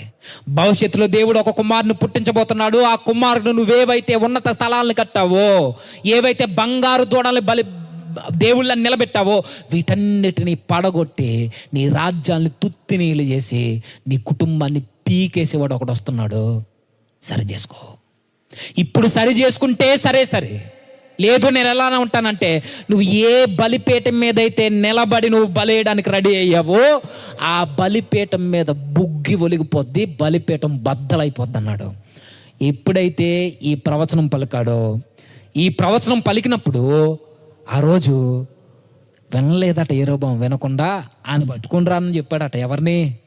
ఆ ప్రవక్తని. ఎంత తలపొగరండి యెరోబాముకి. ఒకరోజు అహియా ప్రవక్త వస్తే ఆ రోజు వినయంగా విధేయతగా అహియా చెప్పిన మాటలన్నీ విన్న ఈ యెరోబాము ఇప్పుడు మరలా అలాంటి దైవజనుడు యోధా దేశంలో నుండిస్తే ఆయన పట్టుకొని అన్నాడట, ఇలా చెయ్యెత్తి. దైవ సేవకులు దేవుడికి వస్తే దేవుడు ఊరుకుంటాడా? చెయ్యి ఎండిపోయింది అలా ఉండగానే. ఎత్తిన చెయ్యి అలానే ఉండిపోయింది. జాగ్రత్త.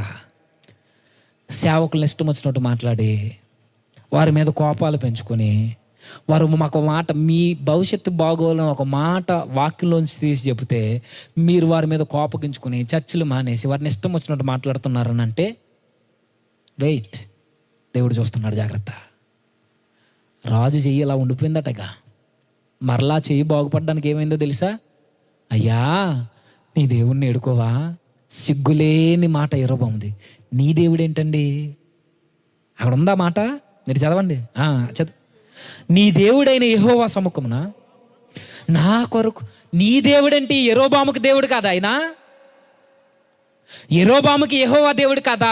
ఆ యెరోబాముకి దేవుడు కాకపోతే యెరోబాము ఎవరు? దిక్కులేని కుటుంబానికి సంబంధించిన వ్యక్తి. యెరోబాము ఎవరు? ఆయన స్థితిగతులు ఏంటి? ఆయన బ్యాక్గ్రౌండ్ ఏంటి? ఉన్నతాధికారా? ధనవంతుడా? పేరు ప్రఖ్యాతలు కలిగిన వాడు? ఏముంది యెరోబాము దగ్గర? దేవుడే లేకపోతే యెరోబాము దగ్గర ఏమీ లేదు. అదే దేవుడు మన దగ్గర లేకపోతే కూడా మన దగ్గర ఏమీ లేదు.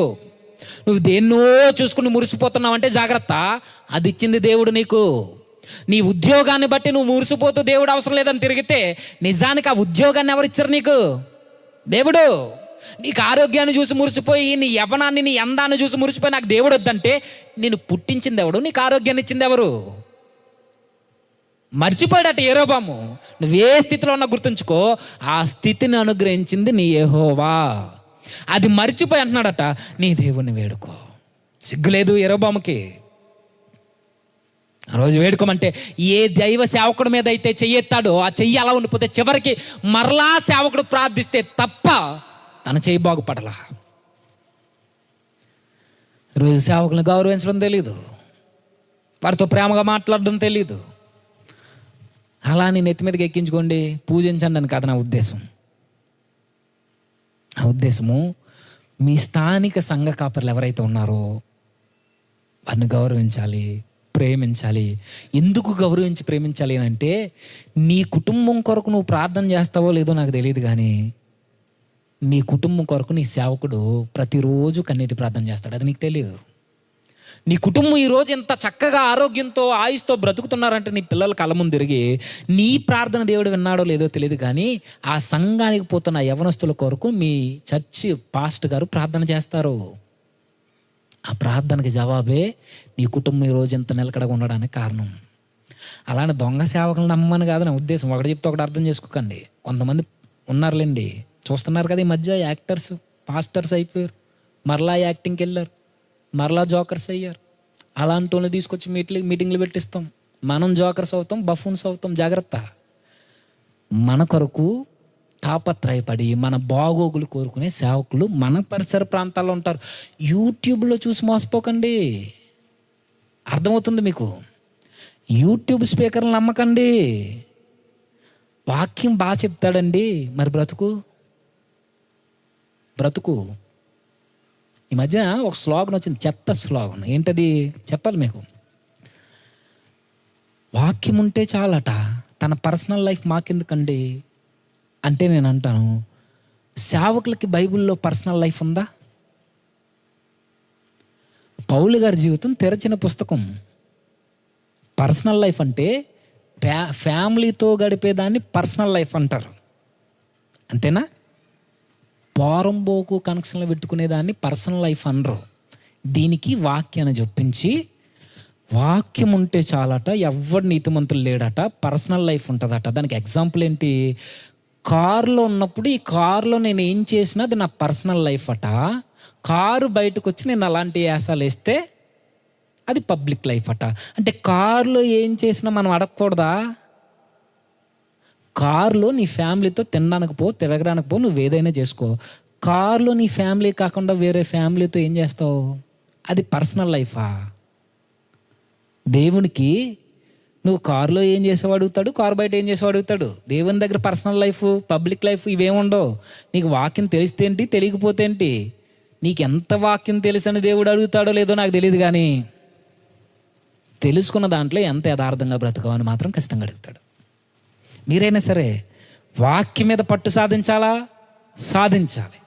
వాక్యపు జ్ఞానం కావాలి. దీనికన్నా ప్రాముఖ్యమైనది వాక్యం మీద మనం పట్టు సాధించడం కన్నా వాక్యపు పట్టు కిందకి మన జీవితాలు పోవాలి. ఇది క్రిస్టియన్ లైఫ్. ఎప్పుడైనా గుర్తుంచుకోండి, మాదిరికరమైన జీవితం ఉండాలి. మీరు ఏ స్పీకర్ని వెంబడించినా ఆ బ్రతుకుకి తగ్గ బోధ ఉండాలి. ఈ రెండు లేకుండా బోధ ఉంటే చాలు అనుకుంటే మీకు బోధే, జ్ఞానమే బుద్ధి. మీరు వాక్యం అంతా పట్టేసి బైబిల్ 66 పుస్తకాలు ఇలా కళ్ళు తెరిచి ఎప్పుడు చెప్పమన్నా చెప్పేసి మీ బ్రతుకులో వాక్యానుసారమైన జీవితం లేకపోతే ఎవడికి కావాలా జ్ఞానం? నీకు కావాలి, దేవునికి అవసరం లేదు. అవసరం లేదు ఆయనకి కావాల్సింది నీకు 4 ముక్కలే తెలియని ఆ 4 ముక్క తగ్గ బ్రతుకు కావాలి, అంతే. ఆయనకి కావాల్సింది నీ పబ్లిక్ లైఫ్ కన్నా పర్సనల్ లైఫే కావాలి. పౌలు గారు ఊరకే చెప్పారా? నేను క్రీస్తును పోలి నడుచుకున్న ప్రకారము నన్ను పోలి నడుచుకోండి. ఆ లైఫ్లో పర్సనల్ లేదు. ఆ రోజు యెరొబామట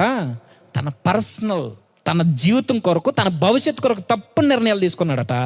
అహియా వచ్చి ప్రకటిస్తున్నాడు, ఎందుకు ఇలా చేస్తున్నావు అంటే, క్షమించండి, ప్రవక్త వచ్చాడు, ప్రవక్త పేరు లేదు. ఆ ప్రవక్త వచ్చి చెబుతుంటే ప్రవక్త మీద తిరగబడ్డాడట. తిరగబడితే ఏమైంది? మాటం లేదు. మాట్లాడుతూ ఉండగానే ప్రవక్త చెప్పాడు ఏమని? బలిపీఠం బద్దలైపోద్ది, బుగ్గి ఒలిగిపోద్ది అన్నాడు. మాట ఇలా చెప్పి అలా చెయ్యి ఎత్తగానే, చెయ్యి బాగోగానే బలిపీఠం బద్దలైపోయింది, బుగ్గి ఒలిగిపోయింది. మారాడా యెరొబాము అంటే వినలేదు మాట. వెనకేమైంది? వెనకేవాడమేంటి? మరలా చెప్పాడు దేవుడు. ముందు ఒకసారి చెప్పాడు అహియా ప్రవక్త ద్వారా మాట వినాలని, రెండోసారి చెప్పాడు మాట మార్చుకొని బ్రతకని, వినలేదు. మరలా మూడోసారి చెప్పాడు, తన కొడుకు ఆరోగ్యం మీద కొట్టాడు. ఆ కొడుకు పేరు అబియా. అబియా చాలా మంచోడండి, దేవుడు ఇచ్చాడు సర్టిఫికెట్. అబియా చాలా మంచోడు. తండ్రి మంచోడు కాదు, ఒకప్పుడు మంచోడు యెరోబాము. అధికారం వచ్చిన తర్వాత చెడ్డోడు అయిపోతే ఈ చెడ్డవాడి గర్భాన కొడుకు పుట్టాడు అబియా. ఇతడు మంచోడని దేవుడు సర్టిఫికెట్ ఇచ్చాడు. రోగం వచ్చింది, రోగం వస్తే ఈ యెరోబాముకు దిక్కు దిమానం లేదు. ఎవరి దగ్గరికి వెళ్తాడు? తిరిగి ఆ ప్రవక్త ఉన్నాడు, అహియా ప్రవక్త ఉన్నాడు యోధా దేశంలో, తన భార్యకి చెప్తున్నాడు, అతని దగ్గరికి వెళ్ళు, మారువేషంలో వెళ్ళు, గుర్తుపడతాడని. అంటే ఇతను ఎలాంటిదంటే అవసరానికి దేవుని వాడేసుకుంటాడంతే. అవసరం వస్తే దేవుని వాడేసుకుంటాడు, అవసరం లేకపోతే నీ దేవుడు నాకు దేవుడు కాదంటాడు. ఇప్పుడు తన కొడుకు ఆరోగ్యం బాగోలేదు కాబట్టి దేవుడు గుర్తొచ్చేసాడు. మనకు కూడా అంతే కదా. మన కుటుంబంలో జరగకూడదు ఏదైనా జరిగిపోయింది అనుకోండి, రొమ్ములు బాధేసుకుంటూ దేవా నా కుటుంబం అంటావు. నీ కుటుంబం బాగుంటే వస్తాను సార్, నెక్స్ట్ వీక్ వస్తాను, ఖాళీ లేదు. నీకు సుఖ సౌకర్యాలకి అలవాటు పడిపోయిన తర్వాత నీకు దేవుడు అవసరం లేదు. సేమ్ యెరోబాము లక్షణాలు. అందుకనే మరలా అంటున్నాను, కాలమే మారింది, మనుషులు మారలా. దేవుని అవసరాలకు వాడుకున్నాడు యెరోబాము. ఈరోజు మనం కూడా అంతే. ఆ రోజు వెళ్ళింది, మారు వేషం వేసుకుని వెళ్ళింది. అప్పటికే అహియా ప్రవక్త ముసలోడు అయిపోతే ఆ దైవజనుడికి దేవుడు చెప్పాడు, మారు వేషం వేసుకుని వస్తుంది, తన కొడుకు బాగోలేదు, వచ్చిన తర్వాత నువ్వు నేను చెప్పమన్నది చెప్పు అని అంటాడు. రానే వచ్చింది, గుమ్మపు ద్వారం దగ్గరికి రాగానే అహియా ప్రవక్త అంటున్నాడు చూడకుండానే, రా యెరోబాము భార్య, నువ్వు లోపలికి రా, నీ కొడుకు బాగలేదు కదా. దేవుడు ఒక మాట చెప్పమన్నాడు, మొహమాటం లేకుండా, నీ కొడుకు చచ్చిపోతాడు. కాకపోతే నీ కొడుకు మంచోడు, చక్కగా నెమ్మదిగా చనిపోతాడు, దేవుని దృష్టికి మంచిగా కనబడుతున్నాడు.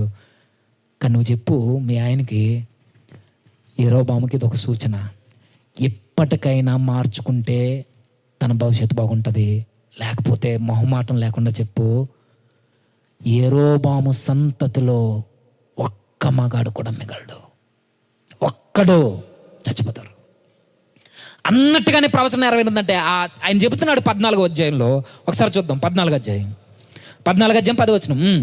కాబట్టి యెరోబాము సంతతి వారి మీదకి నేను కీడు రప్పించుచు ఇశ్రాయేలు వారిలో అల్పులు గాని గనులు గాని లేకుండా మగవారిని అందరినీ యెరోబాము వంశము నుండి నిర్మూలము చేసి పెంటంతయు పోనట్లుగా ఒకడవతలకు దాన్ని ఊడ్చివేసినట్లు యెరోబాము సంతతిలో శేషించిన వారిని నేను ఊడ్చేస్తా.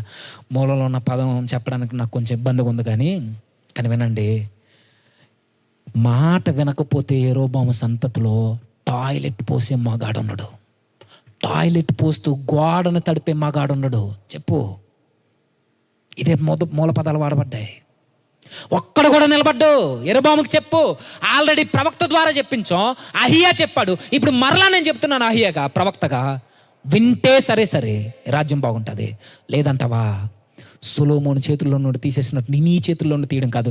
నువ్వు చేసిన పాపం ఎంత దుర్మార్గం అంటే యెరోబాము, నువ్వు చేసిన పాపం వల్ల నువ్వే చెడిపోలేదు, నీ పాపము ఇశ్రాయేలీలు అనుసరిస్తే ఇశ్రాయేలీలందరూ బయలుదేవతను ఆరాధించారు. ఇప్పటికైనా నువ్వు మారకపోతే నువ్వే చెడిపోవడం కాదు, దేశం చెడిపోయింది. దేశం చెడిపోవడం కాదు, నీ కొడుకులు కూడా చెడిపోయారు. అందరి పాపానికి మూల పురుషుడు అయిపోయో, నిజానికి నిన్ను దావీదులా చెయ్యాలనుకున్నాను, నువ్వు దుర్మార్గుడు అయిపోయో. దావీదు గుడ్ ఎగ్జాంపుల్గా మిగిలిపోయాడు, యెరోబాము బ్యాడ్ ఎగ్జాంపుల్ అయిపోయాడు. పాపానికి ప్రమాణం అయిపోయాడు యెరోబాము. చెప్పాడు దేవుడు, వినలేదు. వినకపోతే ఏమైంది? ఆ యెహూ ప్రవక్త వచ్చాడు, అందరిని కొట్టి క్షమించండి బాసాను రాజు వచ్చాడు, మొత్తం కొడుకులందరినీ చంపేశాడు. నాదాబు కొడుకు రాజయ్యాడు అని కూడా చంపేశాడు, అందరూ చచ్చిపోయారు. ఏం సాధించాడు యెరోబాము అని అంటే, దేవుడు హెచ్చరించినప్పుడు మాట వినలేనందుకు కుటుంబాన్ని నాశనం చేసుకున్నాడు, రాజ్యాన్ని పోగొట్టుకున్నాడు, ఉన్నదంతా ఊడిపోయింది. దీని అంతటికి కారణం వాగ్దానం మరిచి హృదయం మాట విన్నాడు. దేవుడు హెచ్చరిస్తుంటే ఆ హెచ్చరికను పక్కన పెట్టి ఆ చెప్పాలే అన్నట్టు చూశాడు. సేమ్ ఇదే మనస్తత్వం. కాలం 2900 సంవత్సరాలు గడిచింది, మనుషులు అలానే ఉన్నారు. దేవుడు హెచ్చరిస్తాడంటే ఎన్నిసార్లు హెచ్చరించట్లా, మానుకో మానుకో మానుకో, నీ రహస్య జీవితాన్ని మార్చుకొని దేవుడు చెబుతుంటే చాలా విన్నాంలే ఎలాంటి అనుకుని పోయేవారు లేరు. గొంతు చించుకుని అరుస్తూ ఆదివారం నీ మొఖాల మీద చేతులు పెట్టి చెప్తుంటే నన్నే నెత్తన్నావా నువ్వు, నేను రాను ఇంక మీ సంఘానికి అనుకుని వదిలేసి వెళ్ళిపోయిన వాళ్ళు లేరు. సరే ఈ సంఘం నుంచి ఆ సంఘానికి పోయో, అక్కడ ఏమన్నా బూతులాడమ్మా అని చెప్తారా పాస్టర్ గారు? వ్యభిచారాలు చేయి మీ ఆయనకు తెలియదు అని చెప్తాడు ఆయన. అక్కడికి వెళ్ళిన తర్వాత ఏం చెప్తాడు? చెయ్యి అంటాడు ఆయన కూడా. ఎందుకు? దేవుని ఆత్మ చేత రగిలింపబడుతున్న ఏ సేవకుడైనా పాపాన్ని ఖండిస్తాడు. పాపాన్ని ఖండించలేని ప్రసంగాలు మీ మధ్య ఉంటే అతడు సేవకుడు కాదు. ఎవరైనా పాపాన్ని ఖండించక కేవలం మీకు ప్రాస్పరిటీ కొరకు ఆశీర్వాదాలు వస్తాయని మాత్రమే వస్తాయి, కానీ వాటి కోసం మాత్రమే చెప్పి మీ జీవితాన్ని మార్చుకోమని చెప్పని ప్రసంగాలు ఏమైనా ఉంటే మీరు జాగ్రత్త. అలాంటి సంఘాలకు వెళ్తే పాపాన్ని హెచ్చరించాలి సేవకులు. మోకాల మీద చేతులు పెట్టి మాట్లాడాలి. అలా చెబితే ఆ రోజు యెరొబాము వినలేదు, ఈరోజు మనుషులు వింటారంటే వినట్లేదు. ఈ పైగా కొత్తది ఒకటి వచ్చింది క్రిస్టియానిటీలోనికి. బాగా చెప్పాడండి అబ్బాయి. మార్కులు వేస్తున్నావా? ఎవరికి మార్కులు వేస్తున్నావు? బాగా చెప్పాడండి, బాగా చెప్పలేదండి, ఈ వారం బాగాలేదండి, పోయిన వారం ఏంటి మార్కులు వేసే పద్ధతి ఏంటి? నీ హృదయం కఠినమైపోతుంది, నీకు అర్థం కావట్లేదేమో. బాగా చెప్పాడు బాగా చెప్పలేదేంటి? తన సొంత మాటలా? ఇది దేవుని వాక్యం అయినప్పుడు ఎవరైనా గుర్తుంచుకోండి, బాగా చెప్పాడా లేదా కాదు, దేవుడు నాతో మాట్లాడుతున్నాడు, నా హృదయాన్ని వాక్యానికి అప్పగించాలి అంతే. ఇక్కడ నిలబడి ఎవరు మాట్లాడినా, ఎవరు దేవుని వాక్యాన్ని బట్టి, చిన్నోడా పెద్దోడా, 1000 మంది ఉన్నారా వెనకాల 10 మంది, ఏం చూడకు. వాక్యం నీకు వినబడుతున్నప్పుడు నీ హృదయం బాగుందనడానికి సింబల్ ఏంటి అని అంటే వాక్యం మాత్రమే వింటావు, వ్యక్తులను చూడవు. అయితే ఆ రోజు వినలేదు, ఈరోజు మనం వినట్లేదు. జాగ్రత్త. యెరొబాము అయితే చచ్చిపోయాడేమో కానీ యెరొబాముని ప్రేరేపించిన ఆత్మ ఇంకా మనలో దోబూచులాడుతూనే ఉంది, మనలో బ్రతుకుతూనే ఉన్నాడు ఆయన. యెరొబాము చచ్చిపోయి చాలా రోజులు అవుతుంది, కానీ మనలో ఇంకా బతికే ఉన్నాడు ఆయన. ఆ రోజు వినలేదు, కుటుంబం పాడైంది, రాజ్యం పోయింది, మగాళ్ళందరూ చచ్చిపోయారు, కొడుకులు చచ్చిపోయారు, దేశాన్ని నాశనం చేసుకున్నాడు, భవిష్యత్తు పోయింది. నా భవిష్యత్తు అని పరిగెట్టాడు. ఏం సాధించాడు? చావు వచ్చింది, చివరికి చచ్చిపోయాడు. ఇలాంటి వారిని వెంబడించిన వారి చరిత్ర ఎలా మిగిలిపోయిందంటే మీరు చదవండి. యెరొబాము చివరికి ఏమైంది తన జీవితం అని అంటే, ఆ రాజుల గ్రంథం అంతా మీరు చదవండి. ఏ చెడ్డ పనికి మాలిన రాజును గుర్తు చేయాలన్నా, ఇదిగో యెహూ నెబాతు కుమారుడైన యెరొబాము ఎలా అయితే ప్రవర్తించాడో నువ్వు కూడా అలాగే ఏడుసావు అన్నాడు దేవుడు. ఏ రాజునైనా, ఆ జకర్యాను కావచ్చు, ఆ మిగిలిన వారిని కావచ్చు, తన తర్వాత వచ్చిన అబీహుని కావచ్చు, నాదాబుని కావచ్చు, మీరు ఏ రాజుని చూడండి. ఇశ్రాయేలీల 10 గోత్రాలని నడిపించిన 22 నుండి 23 రాజుల వరకు అందరినీ ఎలా పోల్చాడో తెలుసా? ఆ యెరొబాములాగా ఏడిచారా మీరు అందరూ. యూదుల్లో అక్కడక్కడ మంచి రాజులు ఉంటే దేవుడు వారిని ఏమన్నాడు తెలుసా? దావీదు నడిచినట్లు నా దృష్టికి మీరు యథార్థంగా నడిచారు. అది దావీదు గుర్తింపు. దేవుడు ముందే చెప్పాడు, దావీదులా నువ్వు నడుచుకుంటే నీ జీవితం బాగుంటుంది. యెరొబాము నువ్వు నడుచుకోలేదు, నువ్వు పాపానికి ప్రమాణం అయిపోయావు. ఏ రాజును పోల్చినా అదే మాట అండి. ఏ రాజును పోల్చినా, ఇశ్రాయేలీలో 20 మంది రాజులను పోలిస్తే వరుస క్రమంలో ఎవరిని వదిలిపెట్టకుండా రాజుల చరిత్ర అంతా మీరు చదవండి. ఆ రాజుల ఎండింగ్ లైఫ్ ఎలా ఉంది అని అంటే, యెరొబాము నా దృష్టికి ఎలా అయితే పాపం చేస్తూ వచ్చాడో నువ్వు అలానే చేస్తావు. ఇశ్రాయేలీలు పాపం చేయటకు కారణమైన నెబాతు కుమారుడైన యెరొబాము పాపాన్ని మీరు అనుసరించారు. రాజులే కాదు, కొడుకులు అది అనుసరించారు, కొడుకులే కాదు, దేశం కూడా అది అనుసరించింది. అందుకే యెరొబాము చేసిన ఈ పాపము 300 సంవత్సరాలు వదలలేదండి. 300 సంవత్సరాలు ఇశ్రాయేలీల చరిత్ర అంతా యెరొబాము పాపంతోనే కొట్టిపోయింది. చివరికి ఏం సాధించారు ఇశ్రాయేలీలు అంటే, అస్సూరు చెరను సాధించారు. పోయారు బందీలుగా, బానిసలు అయిపోయారు, చచ్చారు వెట్టి చాకరీ చేయలేక. ఒక చెడ్డ నాయకుడిని వారు ఫాలో అయ్యి బంగారు దూడలు పెట్టినప్పుడే ప్రశ్నిస్తే బాగున్న ఇశ్రాయేలీల జీవితం ప్రశ్నించలేదు. ఆయన చేసిన పాపాలను అనుసరిస్తూ వచ్చారట. మీరు చదవండి, 2 రాజుల గ్రంథం 17 అధ్యాయంలో ఉంటుంది ఆ మాట. యెరొబాము చేసిన పాపాలను అనుసరించుచూ వచ్చారట, విడిచిపెట్టకుండా అనుసరిస్తూ వచ్చారట. ఏం సాధించారు అనుసరించి అని అంటే, ఒక మంచి నాయకుడిని మీరు అనుసరించకపోతే ఆ రోజు ఇశ్రాయేలీల జీవితాలు ఎలా ఉన్నాయో మన బ్రతుకులు కూడా అలానే ఉంటాయి. చివరికి చెరకపోరు. 300 సంవత్సరాలు వదలలేదు.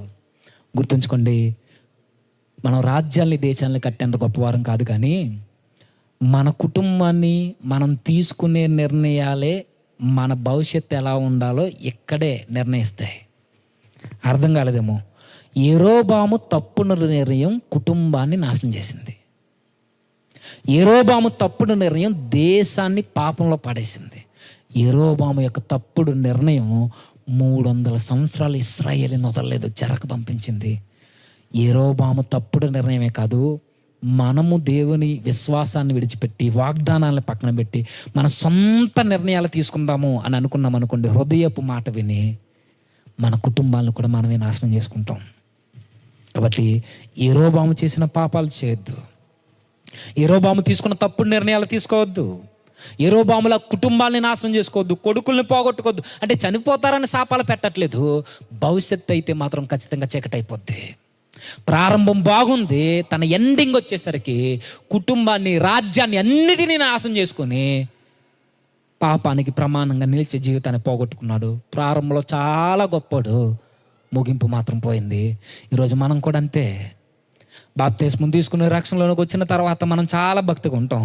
కొన్నాళ్ళకి మెల్లిమెల్లిగా నిర్లక్ష్యం వచ్చి మన భవిష్యత్తు కొరకు, మన జాబుల కొరకు, మన ఇంక్రిమెంట్స్ కొరకు, మన కుటుంబ పోషణ కొరకు అబద్ధాలు ఆడుతూ, లంచాలు తీసుకుంటూ, తప్పుడు మార్గాలకు వెళుతూ, తప్పుడు వ్యాపారాలు చేస్తూ, తప్పుడు పనులు చేస్తూ, అన్ని విధాల మన భవిష్యత్తును మనం కట్టుకోవాలనుకుని కుటుంబ భవిష్యత్తును మనమే చేతులారా పాడు చేసుకుంటున్నాం. కాబట్టి యెరోబాములో మంచి లక్షణాలు ఏవైతే ఉన్నావో అవి అవలంబించుకుందాం మన కుటుంబాల్లో. అతడు తీసుకున్న తప్పు నిర్ణయాలు పక్కన పెట్టి యేసుక్రీస్తు వలె పరిస్థితులు ఎలా ఉన్నా సరే, పరిస్థితులు ఎలా ఉన్నా, నిజానికి ఆ ఒక్కడి వల్ల దేశం నాశనం అయితే ఆ యేసుక్రీస్తు అనే ఒక్కడి వల్ల నిజానికి పాపం ఈరోజు పరుగులు పెట్టి రక్షణ వచ్చింది. ఒకడేమో దేశాన్ని చెడగొట్టాడు, మరొకరు దేశాన్ని బాగు చేయడానికి, ప్రపంచాన్ని బాగు చేయడానికి తన భవిష్యత్తునే వదులుకున్నాడు.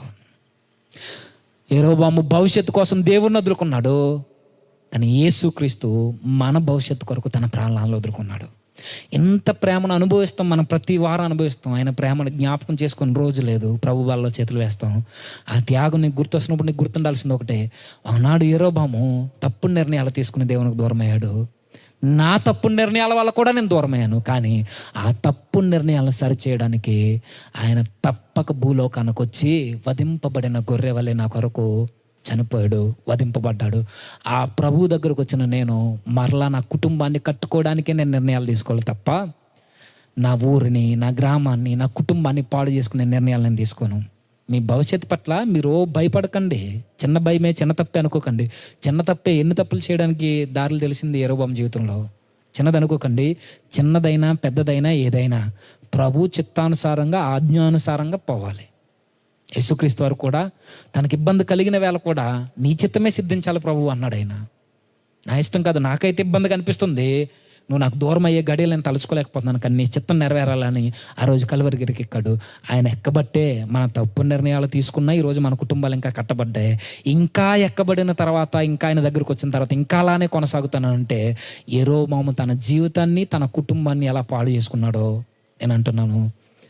మన బ్రతుకులనే కాదు, మన భవిష్యత్తు తరాలను కూడా మనమే పాడు చేస్తాం. మనం అనుకుంటాం నా ఒక్కడితోనే పోద్దు కదని. పోదు, ఈ ఒక్కడితోనే పోదు. 300 సంవత్సరాలు ఇశ్రాయేలుని వదలలేదు యెరోబాము పాపం. ఈరోజు 300 సంవత్సరాలు లేకపోయినా కనీసం 3 తరాలైనా మనం చేసిన తప్పుడు నిర్ణయాలు, పాపాలు మన బిడ్డలు వెంటాడతాయి. కాబట్టి జాగ్రత్త. ప్రభువుని ఆశ్రయించిన మనం చక్కని నిర్ణయాలు తీసుకోవాలి. దేవుడు మనల్ని ప్రేమిస్తున్నాడు అనడానికి హెచ్చరికలు జారీ చేస్తున్నప్పుడు ఆ ప్రవక్తలు అనగా దైవ సేవకుల మాటలు మనం పెడచెవిన పెట్టకూడదు. విందాం, వింటూనే సరి చేసుకుందాం, మార్కులు వేయడం పక్కన పెడదాం, కఠినమైపోయిన హృదయాల్ని బద్దలు చేద్దాం, ప్రభువుకు అప్పగించుకొని యెరోబాములా నేను కూడా ఉన్నాను దేవా, నేను కూడా తప్పుడు నిర్ణయాల చేత నా భవిష్యత్తు ఏమైపోద్దని తప్పుడు భయాల చేత నేను నడిపింపబడుతున్నాను. నువ్వు నాకు వాగ్దానం ఇచ్చో నువ్వు నాతో ఉంటానని, సదాకాలం మాతో ఉంటానన్నో, కానీ నా హృదయం చెప్పినట్టు నేను నడుస్తున్నాను, ఇప్పటికీ పాపంలో ఉన్నాను. నీ సేవకుడు నన్ను హెచ్చరిస్తున్నాడు, కానీ నాకు ఎక్కట్లేదు. ఈరోజు కూడా చెప్పావు, ఈరోజు మార్చుకోవడానికి అవకాశం ఇచ్చో, మార్చుకుంటానని దావీదుకి హెచ్చరిక చేస్తే మార్చుకున్నాడు. కాబట్టి ధన్యుడని పిలువబడ్డాడు. యెరోబాము చనిపోయాడు, క్రూరుడిగా మిగిలిపోయాడు. దావీదులా నడుచుకుందాం ప్రభుని చూస్తూ, యేసుక్రీస్తు వారిలో ఒక గురి కలిగి ఆయన సిలువ యొద్ద పశ్చాత్తాపడుతూ ఆయన రక్తంలో నీతిమంతులుగా మనం మార్చబడదాం. అటు ధన్యత ప్రభు అనుగ్రహించిన గాక. తల వంచండి, చిన్న ప్రార్థన చేద్దాం. సర్వోన్నతుడా, సర్వాధికారి, కృపగల మా ప్రభువా, ఆలస్యమైంది, మమ్మల్ని మన్నించండి. ఎత్తబడిన వాక్యం అందరి హృదయంలో ఫలించలాగానే మీ కార్యాన్ని జరిగించండి తండ్రి. స్థానికంగా సేవ చేస్తున్న సేవకులను, పరిసర ప్రాంతాల్లో సేవ చేస్తున్న సేవకులను మీరు ఇంకా ఘనముగా వాడుకుంటూ ఈ ప్రాంతాలకు దీవెనకరంగా మార్చండి. స్థానిక దైవజనుల చిరుభావాన్ని కానీ జ్ఞాపకం చేసుకోండి. నేను చేస్తున్న పరిచర్ను మీరు ఇంకా వృద్ధిపరచండి. ఏ ప్రయాసాలకు వచ్చి పెట్టబడిన ఈ మీటింగుల ద్వారా కనీసం ఒక్కరైనా బలపడలాగిన సహాయం అనుగ్రహించండి. మీ కార్యాన్ని జరిగించండి. విత్తబడిన వాక్యం అందరి హృదయంలో ఫలించలాగున తండ్రి మీ పరిశుద్ధాత్మ సహాయం మాకు అనుగ్రహించమని, రేపు ఎల్లుండి జరగబో సభలో కూడా తండ్రి మీ సేవకుల ద్వారా ఎన్నో గంభీరమైన విలువైన మాటలు మా అందరితో మాట్లాడి బలపరుస్తారని ఆశిస్తూ క్రీస్తునామని ప్రార్థన సమర్పిస్తున్నాము తండ్రి. ఆమేన్.